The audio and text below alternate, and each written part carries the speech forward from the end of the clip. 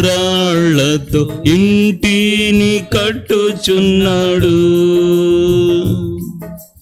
దేవుని తేజము రాగా మహిమతో నిండి గృహము.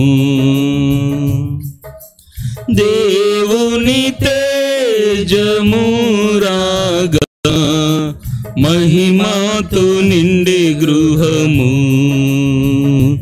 ఆయన మందిరములో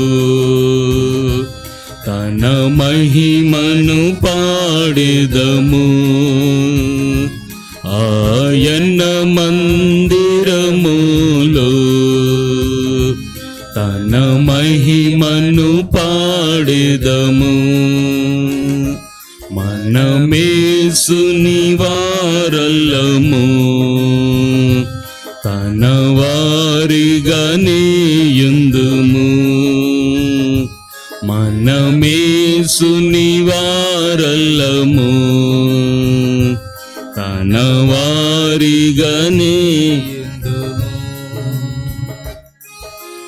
ఎందరిని ప్రభు ముందు ఎరిగెను, వారిని నిర్ణయించెను.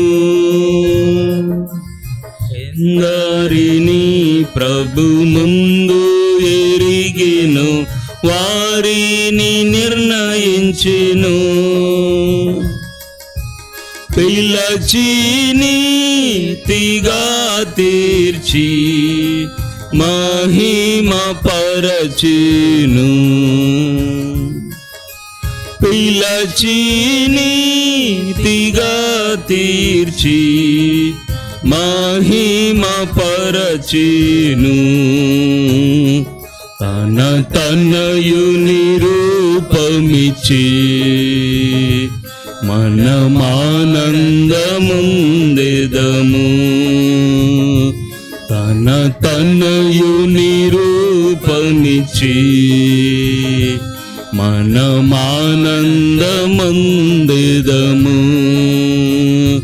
మనమేసుని వారల్లము,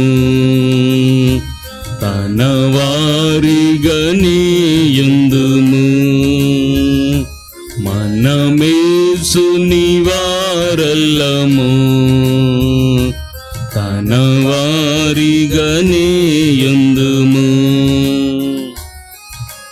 పూర్ణ మహిమతో మన ప్రభు యేసు దూతాలతో వచ్చును. పూర్ణ మహిమతో మన ప్రభు యేసు దూతాలతో వచ్చును. కనిపెట్టువారెత్తబడుదురు, తన మహిమ పొందెదరు. కనిపెట్టువారెత్తబడెదరు, తన మహిమ పొందెదరు. తన రాజ్యముగా జీసి హల్లెలూయా పాడెదము. తన రాజ్యముగా జీసి హల్లెలూయా పాడెదము. మనమేసుని వారల్లము, తన వారిగానే యుందుము. మనమేసుని వారల్లము, తన వారిగానే యుందుము.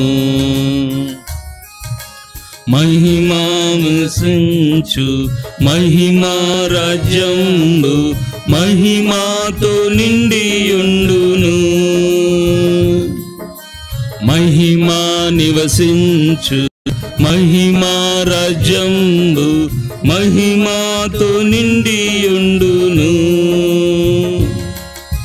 మన ప్రభువే దీపమయుండును, తన వెలుగు ప్రచురమగున్. మన ప్రభువే దీపమయుండును తన వెలుగు ప్రచురమగున్ యుగ యుగములు మనమంతా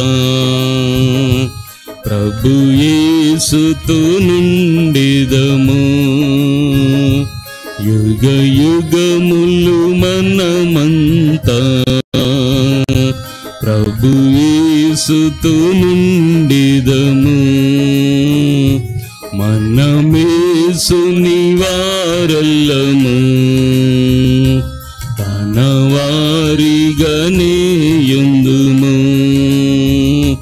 మనమేసుని వారల్లము తన వారిగానే యుందుము మనలను రక్షించెను తనకే స్తుతి పాడెదము మనలను రక్షించెను తనకే స్తుతి పాడెదము మనమేసుని వారల్లము నవారిగానే యుందుము మనమేసుని వారల్లము తన వారిగానే యుందుము. అంకుల్ ఏది అంకుల్?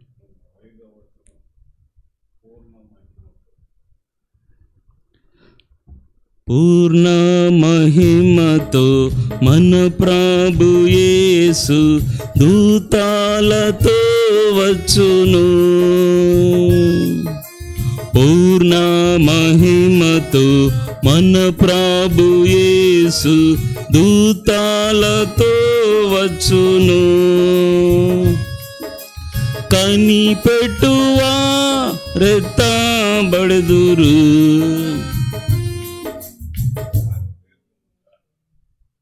అంకుల్ ఓకే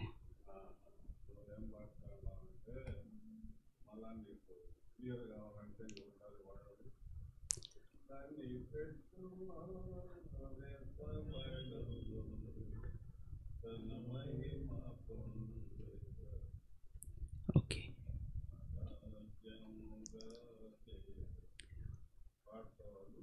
వారు ఎత్తబడుదురు అనేది కలిపి రావాలి.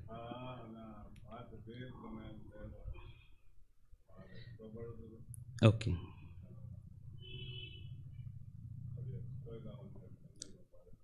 ఓకే పాట సంఖ్య 292 లేక 289 292 లేక 289 శ్రేష్ఠ గీతం వినబడుచున్నది యేసు లేచెను.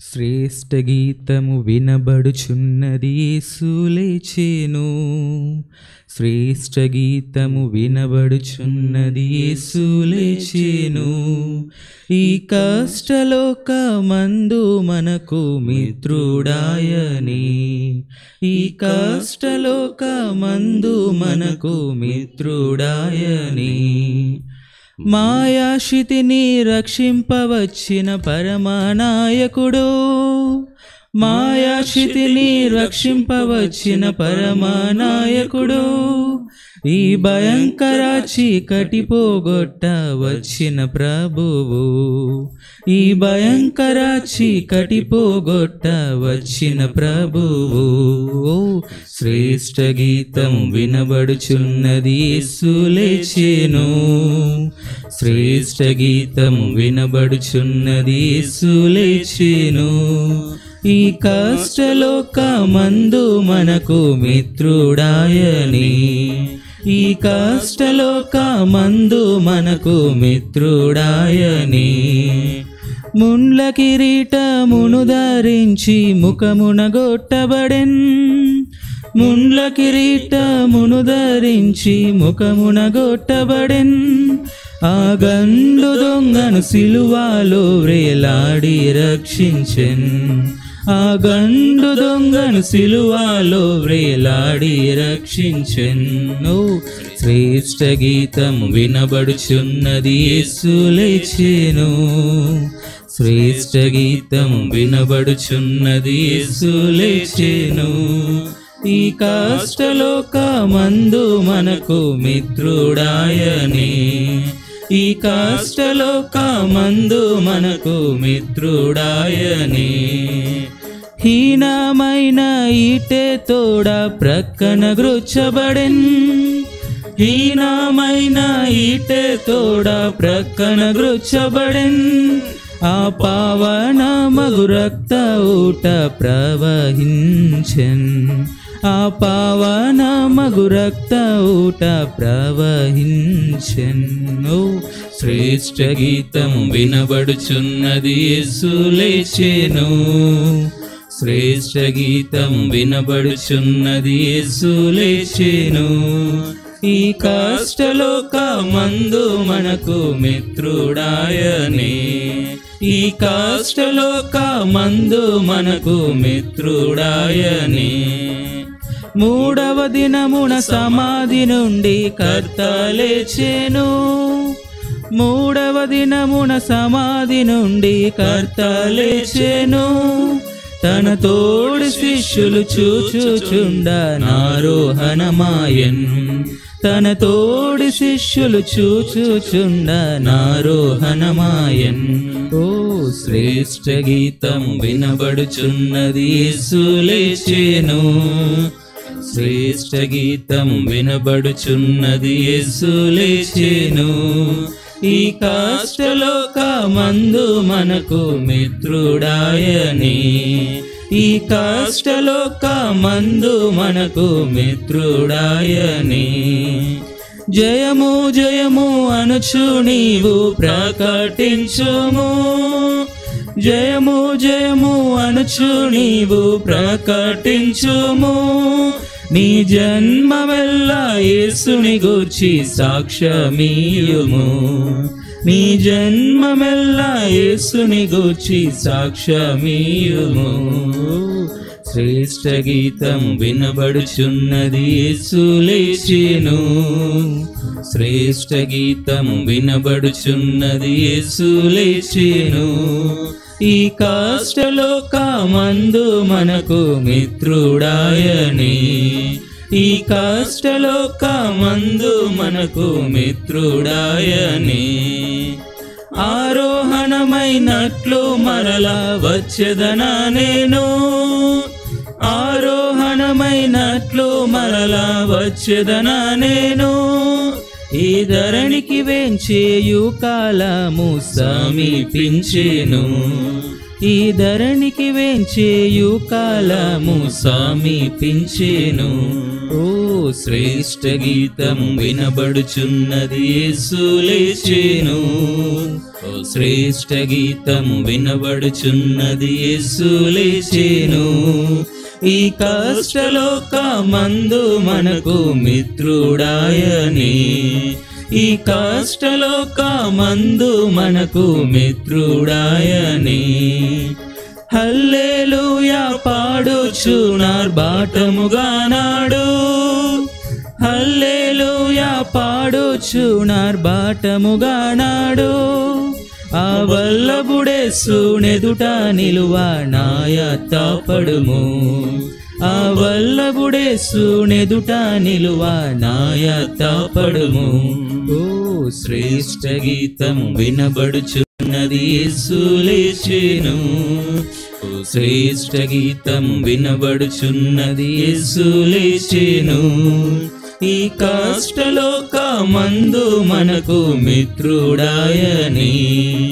ఈ కష్టలోకమందు మనకు మిత్రుడాయనే. మూడవ పాట 666 666 లేక 651 666 లేక 651. క్రీస్తే జీవితంలో ఎంతైనా మంచి కాపరి.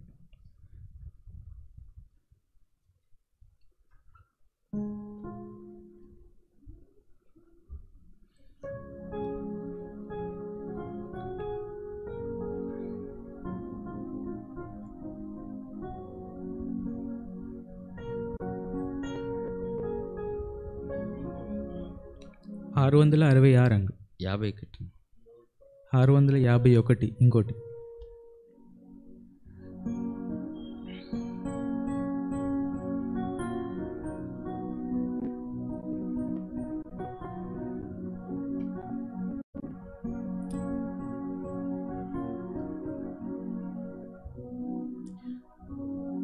క్రీస్తే ఈ జీవితములో ఎంతైనా మంచి కాపరి, క్రీస్తే ఈ జీవితములో ఎంతైనా మంచి కాపరి, దుఃఖ సుఖంబులలో ఆయనే సహాయకుడు మనకు, దుఃఖ సుఖంబులలో ఆయనే సహాయకుడు మనకు, క్రీస్తే ఈ జీవితములో ఎంతైనా మంచి కాపరి, క్రీస్తే ఈ జీవితములో ఎంతైనా మంచి కాపరి, కష్ట బాధలలో మన ప్రభు సమీపముగా నుండెనెంతో, కష్ట బాధలలో మన ప్రభు సమీపముగా నుండెనెంతో, గాలి తుఫానులను గద్దించుచు మనతో నుండు యాత్రలో, గాలి తుఫానులను గద్దించుచు మనతో నుండు యాత్రలో, క్రీస్తే ఈ జీవితములో ఎంతైనా మంచి కాపరి, క్రీస్తే ఈ జీవితములో ఎంతైనా మంచి కాపరి, ఇహలోక సాగరము దాటునప్పుడు అలలెంతో మనలను కదిలింపగా, ఇహలోక సాగరము దాటునప్పుడు అలలెంతో మనలను కదిలింపగా, మునుగునప్పుడు మొరపెట్టిన మనల రక్షించుతానే, మునుగునప్పుడు మొరపెట్టిన మనల రక్షించుతానే, క్రీస్తే ఈ జీవితములో ఎంతైనా మంచి కాపరి, క్రీస్తే ఈ జీవితములో ఎంతైనా మంచి కాపరి, జీవిత నావపై దాడి చేసే సాతాను క్రియలకు భయపడక, జీవిత నావపై దాడి చేసే సాతాను క్రియలకు భయపడక, ధైర్యము కొరకై ప్రార్థించిన ప్రభువే మనల నడుపున్, ధైర్యము కొరకై ప్రార్థించిన ప్రభువే మనల నడుపున్, క్రీస్తే ఈ జీవితములో ఎంతైనా మంచి కాపరి, క్రీస్తే ఈ జీవితములో ఎంతైనా మంచి కాపరి, జీవితములో నిరాశచే కృంగిపోయి మనమున్నప్పుడు, జీవితములో నిరాశచే కృంగి ఓడిపోయి మనమున్నప్పుడు విజయమునిచ్చి బలపరచి జీవ కిరీటమిచ్చును. విజయమునిచ్చి బలపరచి జీవ కిరీటమిచ్చును. క్రీస్తు జీవితములో ఎంతైనా మంచి కాపరి. క్రీస్తు జీవితములో ఎంతైనా మంచి కాపరి. యేసు ప్రభువే మన దుర్గము, ఆయన యందే నిలచినచో. యేసు ప్రభువే మన దుర్గము, ఆయన యందే నిలచినచో. నిశ్చయముగా జయింతుము, ఓడిపోవును శత్రు. నిశ్చయముగా జయింతుము, ఓడిపోవును శత్రు. క్రీస్తు జీవితములో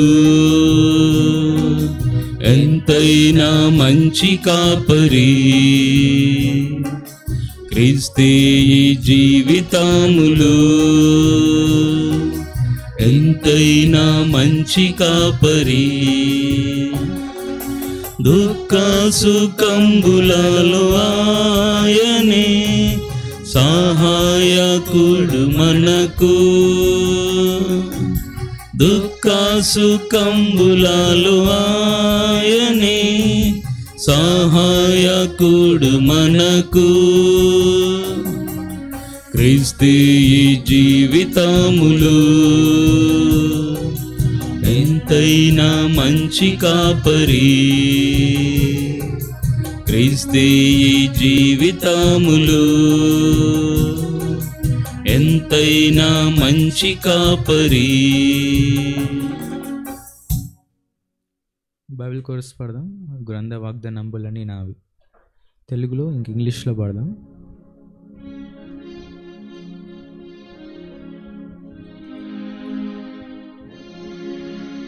గ్రంథ వాగ్దానంబులన్నీ నావి, ప్రతి అధ్యాయము వరుస వచనము తన దివ్య ప్రేమ వాగ్దానంబులు. గ్రంథ వాగ్దానంబులన్నీ నావి. Every promise in the book is mine. Every chapter, every verse, every line, all the blessings of His love divine. Every promise in the book is mine.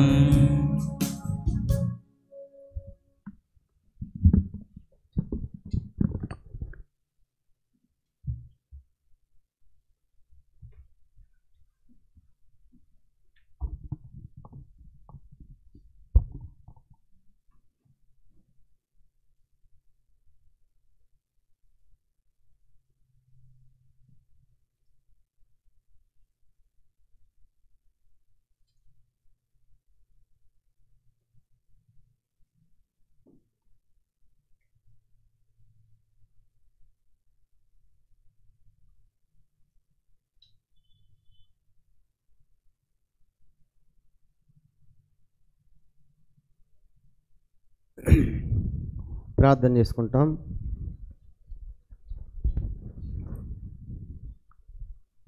ప్రేమగల ప్రియమైన పరలోకపు తండ్రి, పరిశుద్ధుడు, నమ్మకమైన మా దేవ, మహోన్నతుడ, జీవంగల తండ్రి, జీవాధిపతి, మీ స్తోత్రాలు చెల్లిస్తూ ఉన్నాం. నీ ప్రియ కుమారుడు, మా ప్రభును, మా రక్షకుడైన యేసు ప్రభువారి శ్రేష్టమైన నామపేట స్తోత్రాలు. సాయంకాల సమయంలో అయ్యదాస్ నన్ను కూడా మరి కొంత ఆలస్యం ఎప్పుడు కూడా సగం నడిపించినందుకు స్తోత్రాలు.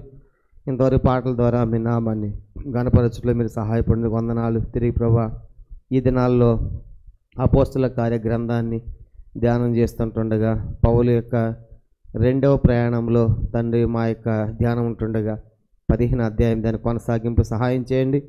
మీ యొక్క ఆత్మ సహాయాన్ని కోరుతున్నాం. ఇవి శక్తి చేత దయలు మా తండ్రి మరి తండ్రి మానవ తలంపులతో కాకుండా మీ యొక్క ఆత్మ ద్వారా మాకును అందరికి కావాల్సిన వాక్కులు దయచేయండి. నీ యొక్క వాక్యములను సత్యాలు గ్రహించినట్లుగా మా మనోనేత్రాలు ఆత్మీయమైన నేత్రాలు తెరవ చేయండి, వెలిగించండి. నీ యొక్క వాక్యం వెల్లడవుతోండి వెలుగు కలుగును. తెలివి లేని వారికి అవి తెలివి పుట్టించడానికి రాయబడింది. నీ వాక్యం మా పాదములకు దీపము, మా త్రోవకు వెలుగు. కాడి ప్రభా, నీ యొక్క వాక్యం మమ్మల్ని బ్రతికించేది, మాకు నెమ్మదిచ్చేది. కాబట్టి ఈ యొక్క వాక్య ధ్యానంతో దీవెనకరంగా చేయండి.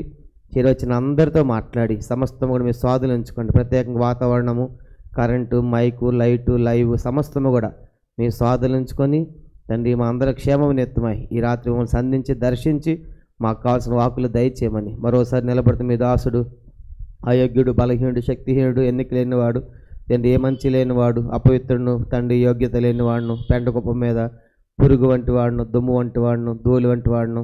తండ్రి వాక్యము నీది, సన్నిధి నీది, ప్రజల్ని వారు సమస్తము నీవి.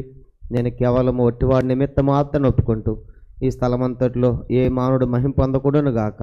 శిలువనేసు క్రీస్తు వారికి మాత్రమే మహిమ, ఘనత, స్తుతి, ప్రభావాలు ఆరోపించుకుంటూ మళ్ళీ మేము తగ్గించుకుంటూ నీ నామాన్ని హెచ్చిస్తూ పూజిస్తూ ఆరాధిస్తూ గణపరుస్తూ శత్రు చీకటి శక్తులు యేసుక్రీస్తును బంధిస్తూ యేసు ప్రభు నామమున ప్రార్థించి వేడుకొనుచున్నాము తండ్రి, ఆమేన్. పిల్లరా, మనం ఈ దినాల్లో మరి అపోస్తల కార్య ధ్యానంలో మనం ఉంటున్నాము. మన ధ్యానము 15వ అధ్యాయము మనము ప్రారంభించాం. 15వ అధ్యాయంగానే పౌలు యొక్క రెండవ ప్రయాణాలు కూడా మనకు ప్రారంభమవుతున్నట్టుగా మనం చూస్తూ ఉన్నాం. 15వ అధ్యాయం చూడండి, అపోస్తల కార్యములు 15వ అధ్యాయం.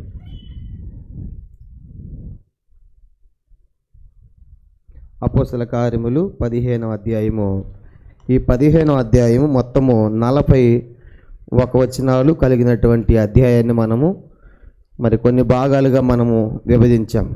చూడండి, అపోస్తల కార్యములు 15వ అధ్యాయం మొత్తము 41 అధ్యాయాలు కలిగినటువంటి ఈ పుస్తకాన్ని మనము కొన్ని భాగాలుగా మనం డివైడ్ చేసాం.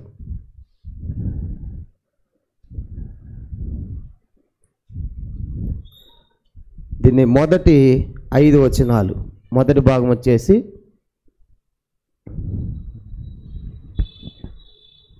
మొదటి 5 వచనాల్లో యోధా మతాన్ని తిరస్కరించిన క్రైస్తవులు అనే విషయం మనం ధ్యానం చేసాం.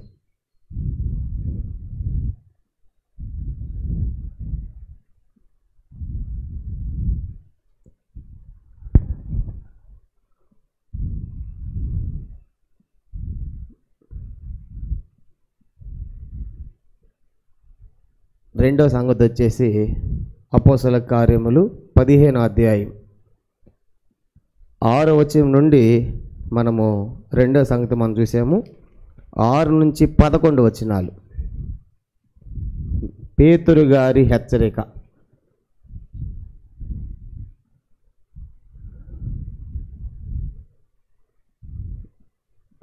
ఇక మూడో భాగం వచ్చేసి అపోస్తల కార్యములు 15వ అధ్యాయము 12వ వచనం మాత్రమే ఒక భాగంగా మనం చూసాం.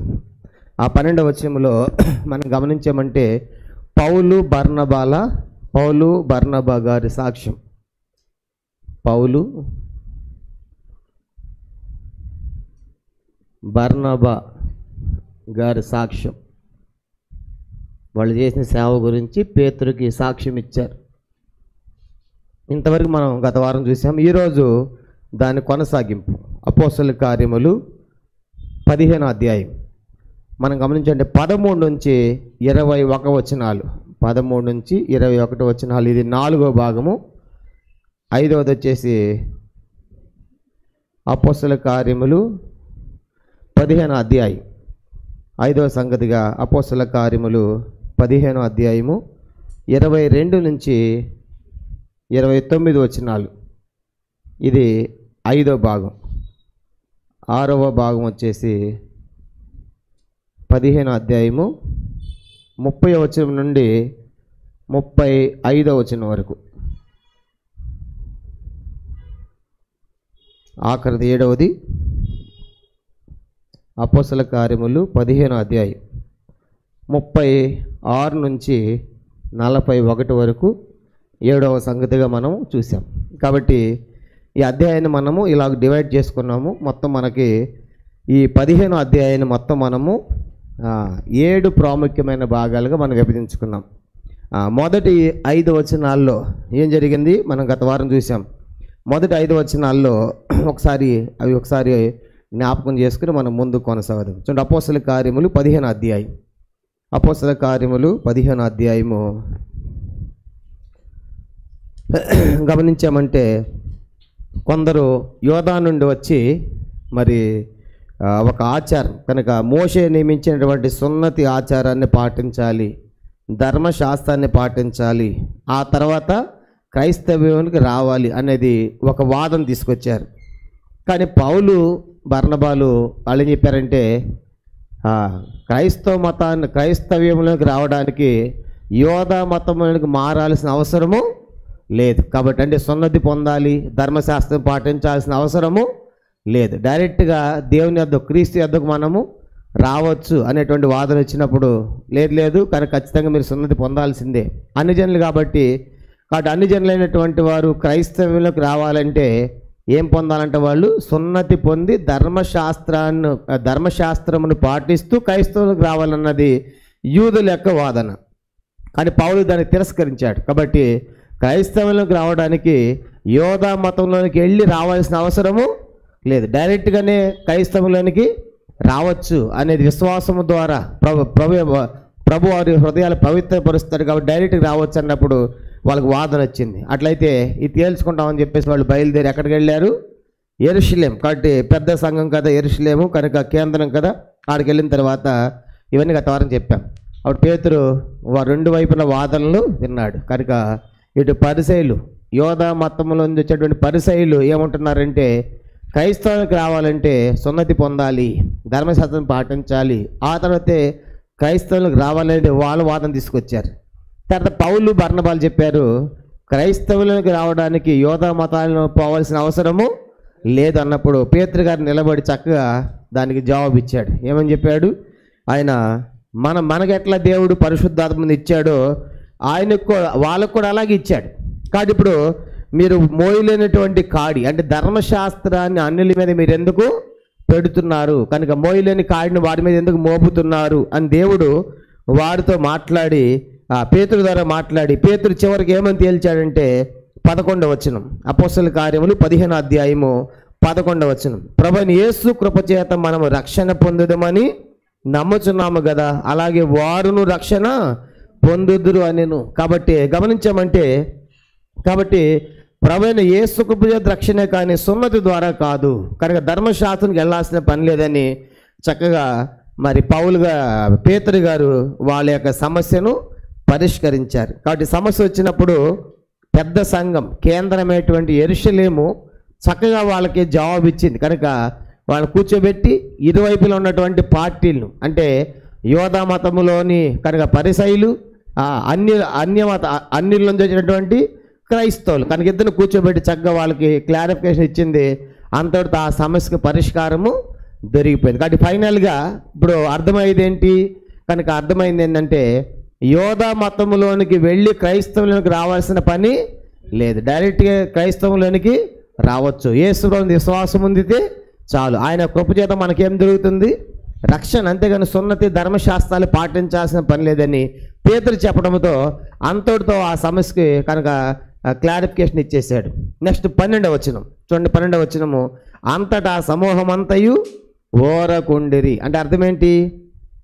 పేతురు గారి యొక్క జవాబును అందరూ కూడా స్వీకరించారు, గౌరవించారు. కాబట్టి ఆయన ఇచ్చిన తీర్పును వాళ్ళు అంగీకరించారు. ఓకే, అయితే అదే కరెక్ట్ అని చెప్పేసి అందరూ ఊరుకున్నారంటే అర్థమైందంటే ఇక పెద్ద ఆయన పేతురు గారు కాబట్టి పెద్ద సంఘము కనుక కేంద్రం యెరూషలేం కాబట్టి అక్కడి నుంచి వచ్చినటువంటి తీర్పు ఫైనల్గా కనుక ధర్మశాస్త్రం అంటే అది కూడా వాళ్ళు కూడా ఎలా పడితే అలా తీర్పు చేయకూడదు. ఎందుకంటే వాళ్ళు కూడా ధర్మశాస్త్రము చదివి ప్రభువుని యేసునందు విశ్వాసం ఉంచారు కాబట్టి ఫైనల్గా దాని ప్రకారం యేసునందు విశ్వాసం ఉంచుడు ద్వారానే రక్షణ సంగతి బయలుపరిచి చక్కని జడ్జిమెంట్ ఇచ్చారు. కానీ ఇప్పుడు మనం చూడండి, సుప్రీంకోర్టు తీర్పులు కూడా వాళ్ళ ఇష్టానుసారంగా ఎవరు జడ్జీలు కూడా వాళ్ళు కూడా ఏం పాటించాలి, రాజ్యాంగాన్ని పాటించి ఆ సెక్షన్లు పాటించి వాటిలో రాయబడ్డాయి కనుక వాటి నియమాలకు పాటించి తీర్పులు ఇస్తూ ఉంటారు. కాబట్టి ఇప్పుడు పేతురు ఇచ్చినటువంటి తీర్పు కూడా ఒక సుప్రీం లాంటిది అన్నమాట. కాబట్టి ఎవరు మాట్లాడటానికి వీల్లేదు కనుక, ఎందుకంటే ఆయన అపోస్తలులందరిలో పెద్దవాడు కాబట్టి అందరూ ఊరుకున్నాడు. ఆ సమస్య క్లియర్ అయిపోయింది. 12వ వచనం, బర్నబాయు పౌలును, అపోస్తల కార్యం 15:12, బర్నబాయు పౌలును తమ ద్వారా దేవుడు అన్యజనులలో చేసిన సూచక క్రియలను అద్భుతములను వివరించగా ఆలకించెను. కానీ ఇప్పుడు పౌలు బర్నబాలు ఇద్దరు కూడా ఆ పేతురు దగ్గర మరి ఎలాంటి సేవ చేస్తూ వచ్చారు కనుక మనం గమనించే కదా. మొదటి సువార్త ప్రయాణం మనం చూసాం కనుక ఎన్ని ప్రాంతాలు తిరిగాడు, ఎన్ని ప్రాంతాలకు వెళ్ళి సువార్త ప్రకటించారో ఆ సువార్త సేవా సంగతులన్నీ కూడా పౌలు బర్నబాలు ఎవరితో పంచుకుంటున్నారు? ఇప్పుడు పేతురు గారితో. చెప్పండి, యెరూషలేములో సంఘం ఉన్నటువంటి పేతురు గారితో ఈ సంగతులన్నీ కూడా పంచుకున్నప్పుడు అద్భుత క్రియలు, సూచక్రియలు అంటే ఏదో కుంటోని గుడ్డని లేపామనే సంగతులు కాదు, కానీ పలానా స్థలానికి వెళ్ళాము, అనేక జనులు విశ్వసించారు, అక్కడ సంఘం నిర్మించబడింది, అలాగే అనేకులు ప్రభువులోకి వచ్చారని ఆ కట్టబడిన సంఘాల విషయమై ఎంతో చక్కగా వాళ్ళ సాక్ష్యాన్ని తెలియజేసినట్టుగా 12వ వచనంలో మనం చూసాం. కానీ ఇంతవరకు మనం గత వారం చూసాం. ఇప్పుడు 13వ వచనం చూడండి. 13వ వచనం, అపోస్తల కార్యములు. ఇప్పుడు చెప్పినంత కూడా మనం గత వారం ధ్యానం చేసిన సంగతులే. ఇప్పుడు దాని కొనసాగింపుగా అపోస్తల కార్యములు 15వ అధ్యాయం 13వ వచనం చదువుదాం. అపోస్తల కార్యములు 15వ అధ్యాయము 13వ వచనం నుండి అందరం కలిసి చూడండి. 15:13, వాడు చాలించిన తరువాత యాకోబు ఇట్లెను, సహోదరులారా నా మాట ఆలకించుడి. అన్యజనులలో నుండి దేవుడు తన నామము కొరకు ఒక జనమును ఏర్పరచుకొనుటకు వారిని ఎలాగ మొదట కటాక్షించెను సుమయోను వివరించి ఉన్నాడు. కాబట్టి ఇప్పుడు పేతురు గారు మాట్లాడటం అయిపోయింది. ఆ తర్వాత పేతురు గారి తర్వాత పౌలు బర్నబాలు వాళ్ళ సాక్ష్యాన్ని కూడా వాళ్ళు చేసిన సేవ పరిచయాన్ని పంచుకున్నారు. ఆ తర్వాత యాకోబు మాట్లాడుతున్నాడు. కాబట్టి యాకోబు ఎవరి యాకోబు అని మనం చూసినప్పుడు ఎవరి యాకోబు అంటే యేసు ప్రభువారి యొక్క సొంత తమ్ముడు, సహోదరుడు అనమాట. యేసు ప్రభువారి తర్వాత పుట్టినటువంటి సహోదరుడు కనుక ఇప్పుడు ఆయన నిలబడ్డాడు. ఒకప్పుడు ఈ సహోదరులు ఏం చేశారు? యేసు ప్రభువారు నేను దేవుని కుమారుడిని అని చెప్పినప్పుడు వాళ్ళందరూ స్వీకరించారా? యూదులు కానీ ఆయన కుటుంబ సభ్యులు కానీ. యోహాను సువార్త 1:11 రాయబడింది, ఆయన తన స్వకీయుల ఎద్దుకు వచ్చాను కానీ వారైనను అంగీకరించలేదు. ఏం అంగీకరించలేదు? దేవుని కుమారుడుగా అంగీకరించలేదు. కనుక యేసు సహోదరులు ఏం చేశారు? యోహాను సువార్త చూడండి 7వ అధ్యాయం. ఆ యాకోబే కనుక ఒకప్పుడు ఈ సహోదరుడు యాకోబు కూడా వాళ్ళతో ఉన్నాడు. ఒకప్పుడు వీళ్ళు ఎట్లా ప్రవర్తించారంటే యేసు ప్రభువారి విషయంలో యోహాను సువార్త 7వ అధ్యాయము చూడండి 5వ వచనం. యోహాను సువార్త 7వ అధ్యాయము 5వ వచనం. యోహాను సువార్త 7వ అధ్యాయము 5వ వచనం చూద్దాము. ఆయన సహోదరులైనను ఆయన యందు విశ్వాసం ఉంచలేదు. కనుక ఇప్పుడు ఈ విశ్వాసం ఉంచని జాబితాలు ఎవరు ఉన్నారు? యాకోబు కూడా ఉన్నాడు. ఒకప్పుడు యేసు ప్రభు నేను దేవుని కుమారుడు అంటే అంగీకరించలే. నువ్వు మా అన్నవు కనుక మా ముందు పుట్టిన ఆయన కదా అన్నట్లుగా మా పెద్ద అన్నావు కదా అట్లా స్వీకరించారు, కానీ దేవుని కుమారుడుగా వీళ్ళు యేసు ప్రభు వారిని స్వీకరించలేదు. కాబట్టి స్వకీయులు అంగీకరించలేదు, సహోదరులు స్వీకరించకపోగా యేసు ప్రభు వారికి ఇంటివారు ఆయన సహోదరులు ఏమన్నారు యేసు వారి గురించి? మార్కు సువార్త 3వ అధ్యాయం. మార్కు సువార్త 3వ అధ్యాయం. ఇంకా ఏమని మాట్లాడారంటే ఆయన గురించి ఇది మతి చెల్లించింది అన్నారు. యోహాను సువార్త 3వ అధ్యాయం 21వ వచనం. క్షమించండి, మార్కు సువార్త 3వ అధ్యాయము 21వ వచనం. మార్కు సువార్త 3వ అధ్యాయము 21వ వచనం చదవండి. ఆయన ఇంటి వారు సంగతి విని ఆయన మతి చెల్లించినదని చెప్పి ఆయనను పట్టుకొనబోయి. ఆయన ఇంటివారు యేసు ప్రభు వారికి ఇంటివారు ఆయన సహోదరులు ఏమన్నారంటే ఆయనకు మతి చెల్లించింది అన్నాడు. కనుక ఎందుకు? నేను దేవుని కుమారుడు అని చెప్పినందుకు. కనుక వాళ్ళు విశ్వాసం ఉంచకపోగా ఏమన్నా చెప్పండి, వాళ్ళు ఆయనకు మతి చెల్లించింది అన్నారు. ఇప్పుడు ఆ యాకోబే ఆ సహోదరుడు ఇప్పుడు ఏం చేస్తున్నాడు? ఇక్కడ యెరూషలేములో సంఘానికి నాయకత్వం వహిస్తున్నాడు. కానీ మరి ఇప్పుడు ఒకప్పుడు యేసుప్రభు యొక్క సహోదరులు కానీ యూదులు కానీ ఆయన అంగీకరించలేదు. ఆయన సహోదరులు ఆయనని విశ్వాసం ఉంచలేదు. ఆయన సహోదరులు ఆయన గురించి ఏమన్నారు? ఇంటివారు ఆయనకు మతి చెల్లించింది అన్నారు.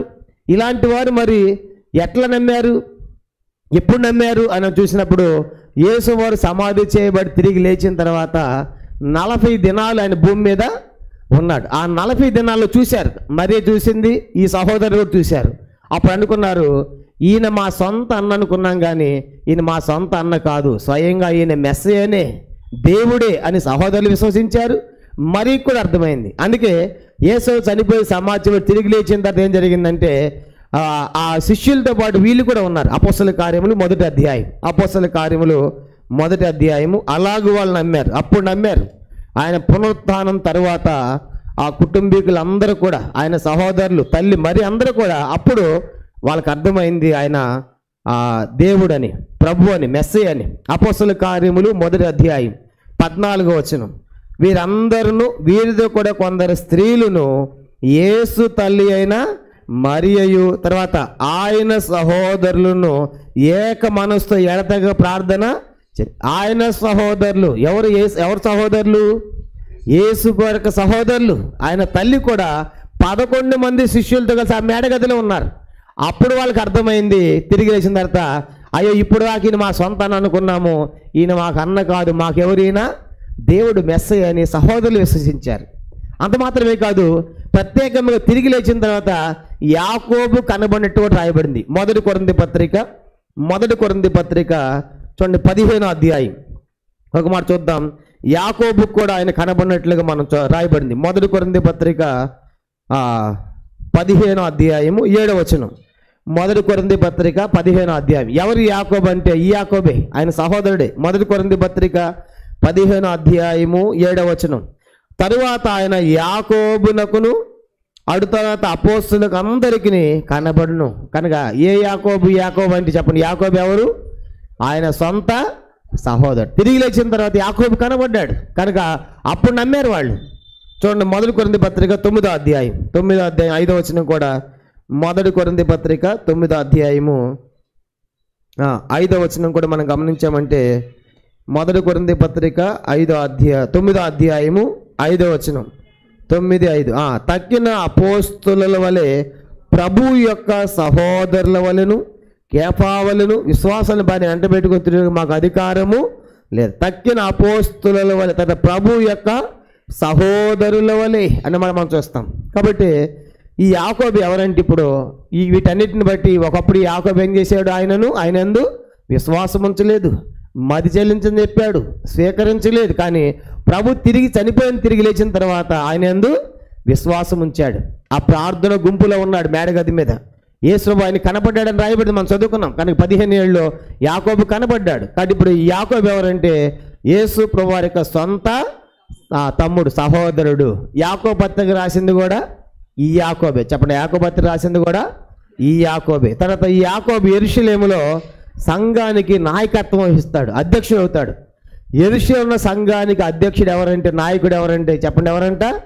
ఈ యాకోబే. కాబట్టి చూడు, ఇప్పుడు యాకోబు మారిపోయాడు. అంటే ఒకప్పుడు నమ్మనటువంటి యాకోబు తిరిగి లేచిన తర్వాత అయ్యో ఎంత పొరపాటు పడ్డాం మేము, కనుక ఆయన మా కుటుంబంలో పుట్టాడు కాబట్టి ఆయన తర్వాత మేము పుట్టాం కాబట్టి మా అన్న అనుకున్నాం, కానీ మా సహోదరుడు కానే కాదు, ఆయన దేవుడు అని ఆయన గుర్తించినటువంటి ఇప్పుడు ఆ యాకోబు మాట్లాడుతున్నాడు. అపోస్తల కార్యములు 15వ అధ్యాయం. అపోస్తల కార్యములు 15వ అధ్యాయం మనం గమనించామంటే అపోస్తల కార్యములు 15వ అధ్యాయం 15వ అధ్యాయము చూడండి 11వ వచనం. వారు చాలించిన తర్వాత యాకోబు ఇట్లనెను. కాబట్టి ఇప్పుడు యాకోబు ఎవరంటే యేసు యొక్క సహోదరులను ఆ మాట ఆలకించుడు. అన్యజనుల నుండి దేవుడు తన నామము కొరకు ఒక జనమును ఏర్పరచుకున్నటకు వారిని ఎలాగూ మొదట కటాక్షించనో సుమయోను వివరించి ఉన్నాడు. 14వ వచనములో సుమయోను అని రాయబడింది. కనుక ఈ సుమయోను అనగానే ఎవరనుకుంటున్నాం? పేతురు. చెప్పండి, సుమయోను అంటే ఎవరు? పేతురే. పేతురుకు ఉన్న మరొక పేరేంటి? సుమయోను. క్యాఫా అంటే కూడా పేతురే. కనుక క్యాఫా అన్న పేతురే, సుమయోను అన్న పేతురే, సీమోను కుమారుడు అన్న కూడా పేతురే మనం చూస్తాం. కాబట్టి అందుకే ఇప్పుడు సుమియోన్ అనగానే మళ్ళీ ఇక్కడ వేరే అనుకోవద్దు. కనుక సుమియోన్ అంటే పేతురే. కనుక సీమోను అన్న సుమియోను అన్న రెండు కూడా ఒకటే అనే విషయం కూడా మనము గుర్తుపెట్టుకోవాలి.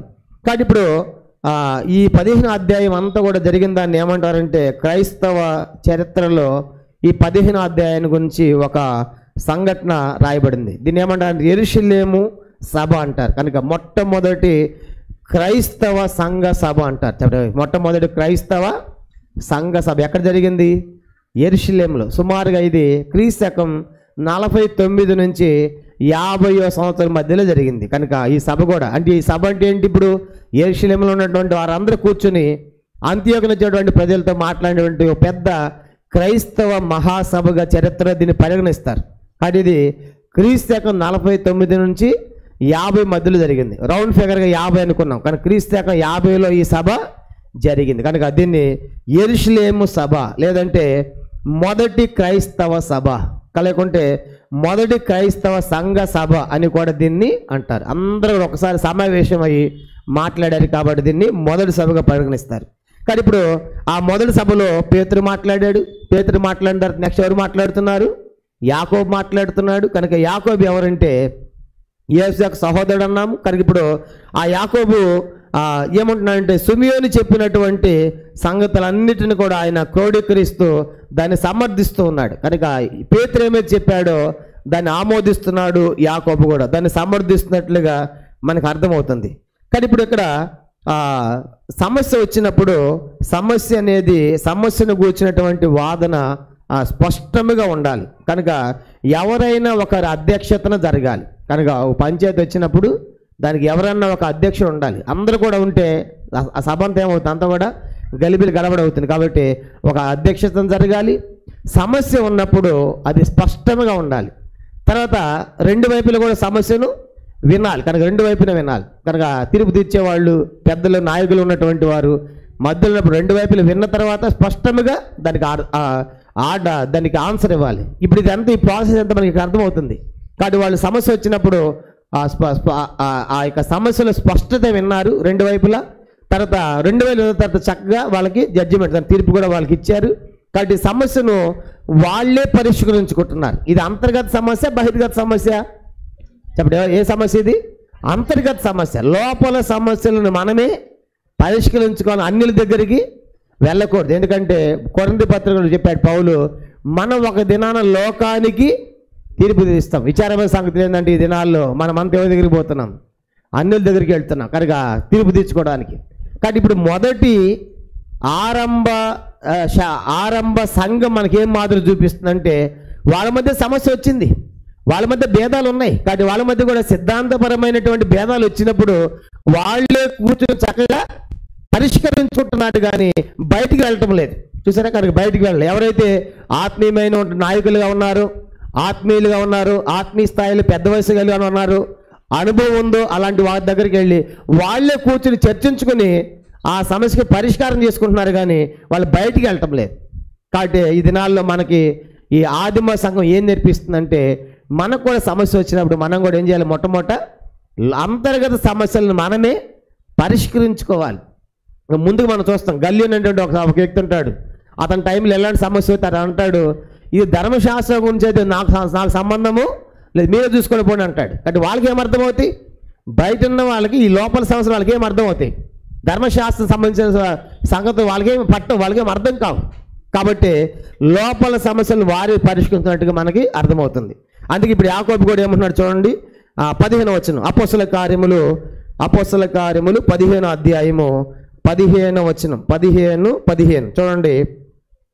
ఇందుకు ప్రవక్తల వాక్యములు సడిపడినవి ఎట్లనగా, ఆ తర్వాత నేను తిరిగి వచ్చేదను, మనుషులు కడమవారును, నా నామం ఎవరికి పెట్టబడినో ఆ సమస్తమైన అనుజనులను ప్రభువును వెతకున్నట్లు పడిపోయిన దావీదు గుడారమును తిరిగి కట్టెదను, దాన్ని పాడైన వాటిని తిరిగి కట్టి దాన్ని నిలవబెట్టేదని అనాది కాలం నుండి ఈ సంగతులు తెలియపరిచిన ప్రభు సెలవిచ్చుచున్నాడు అని రాయబడి ఉన్నది.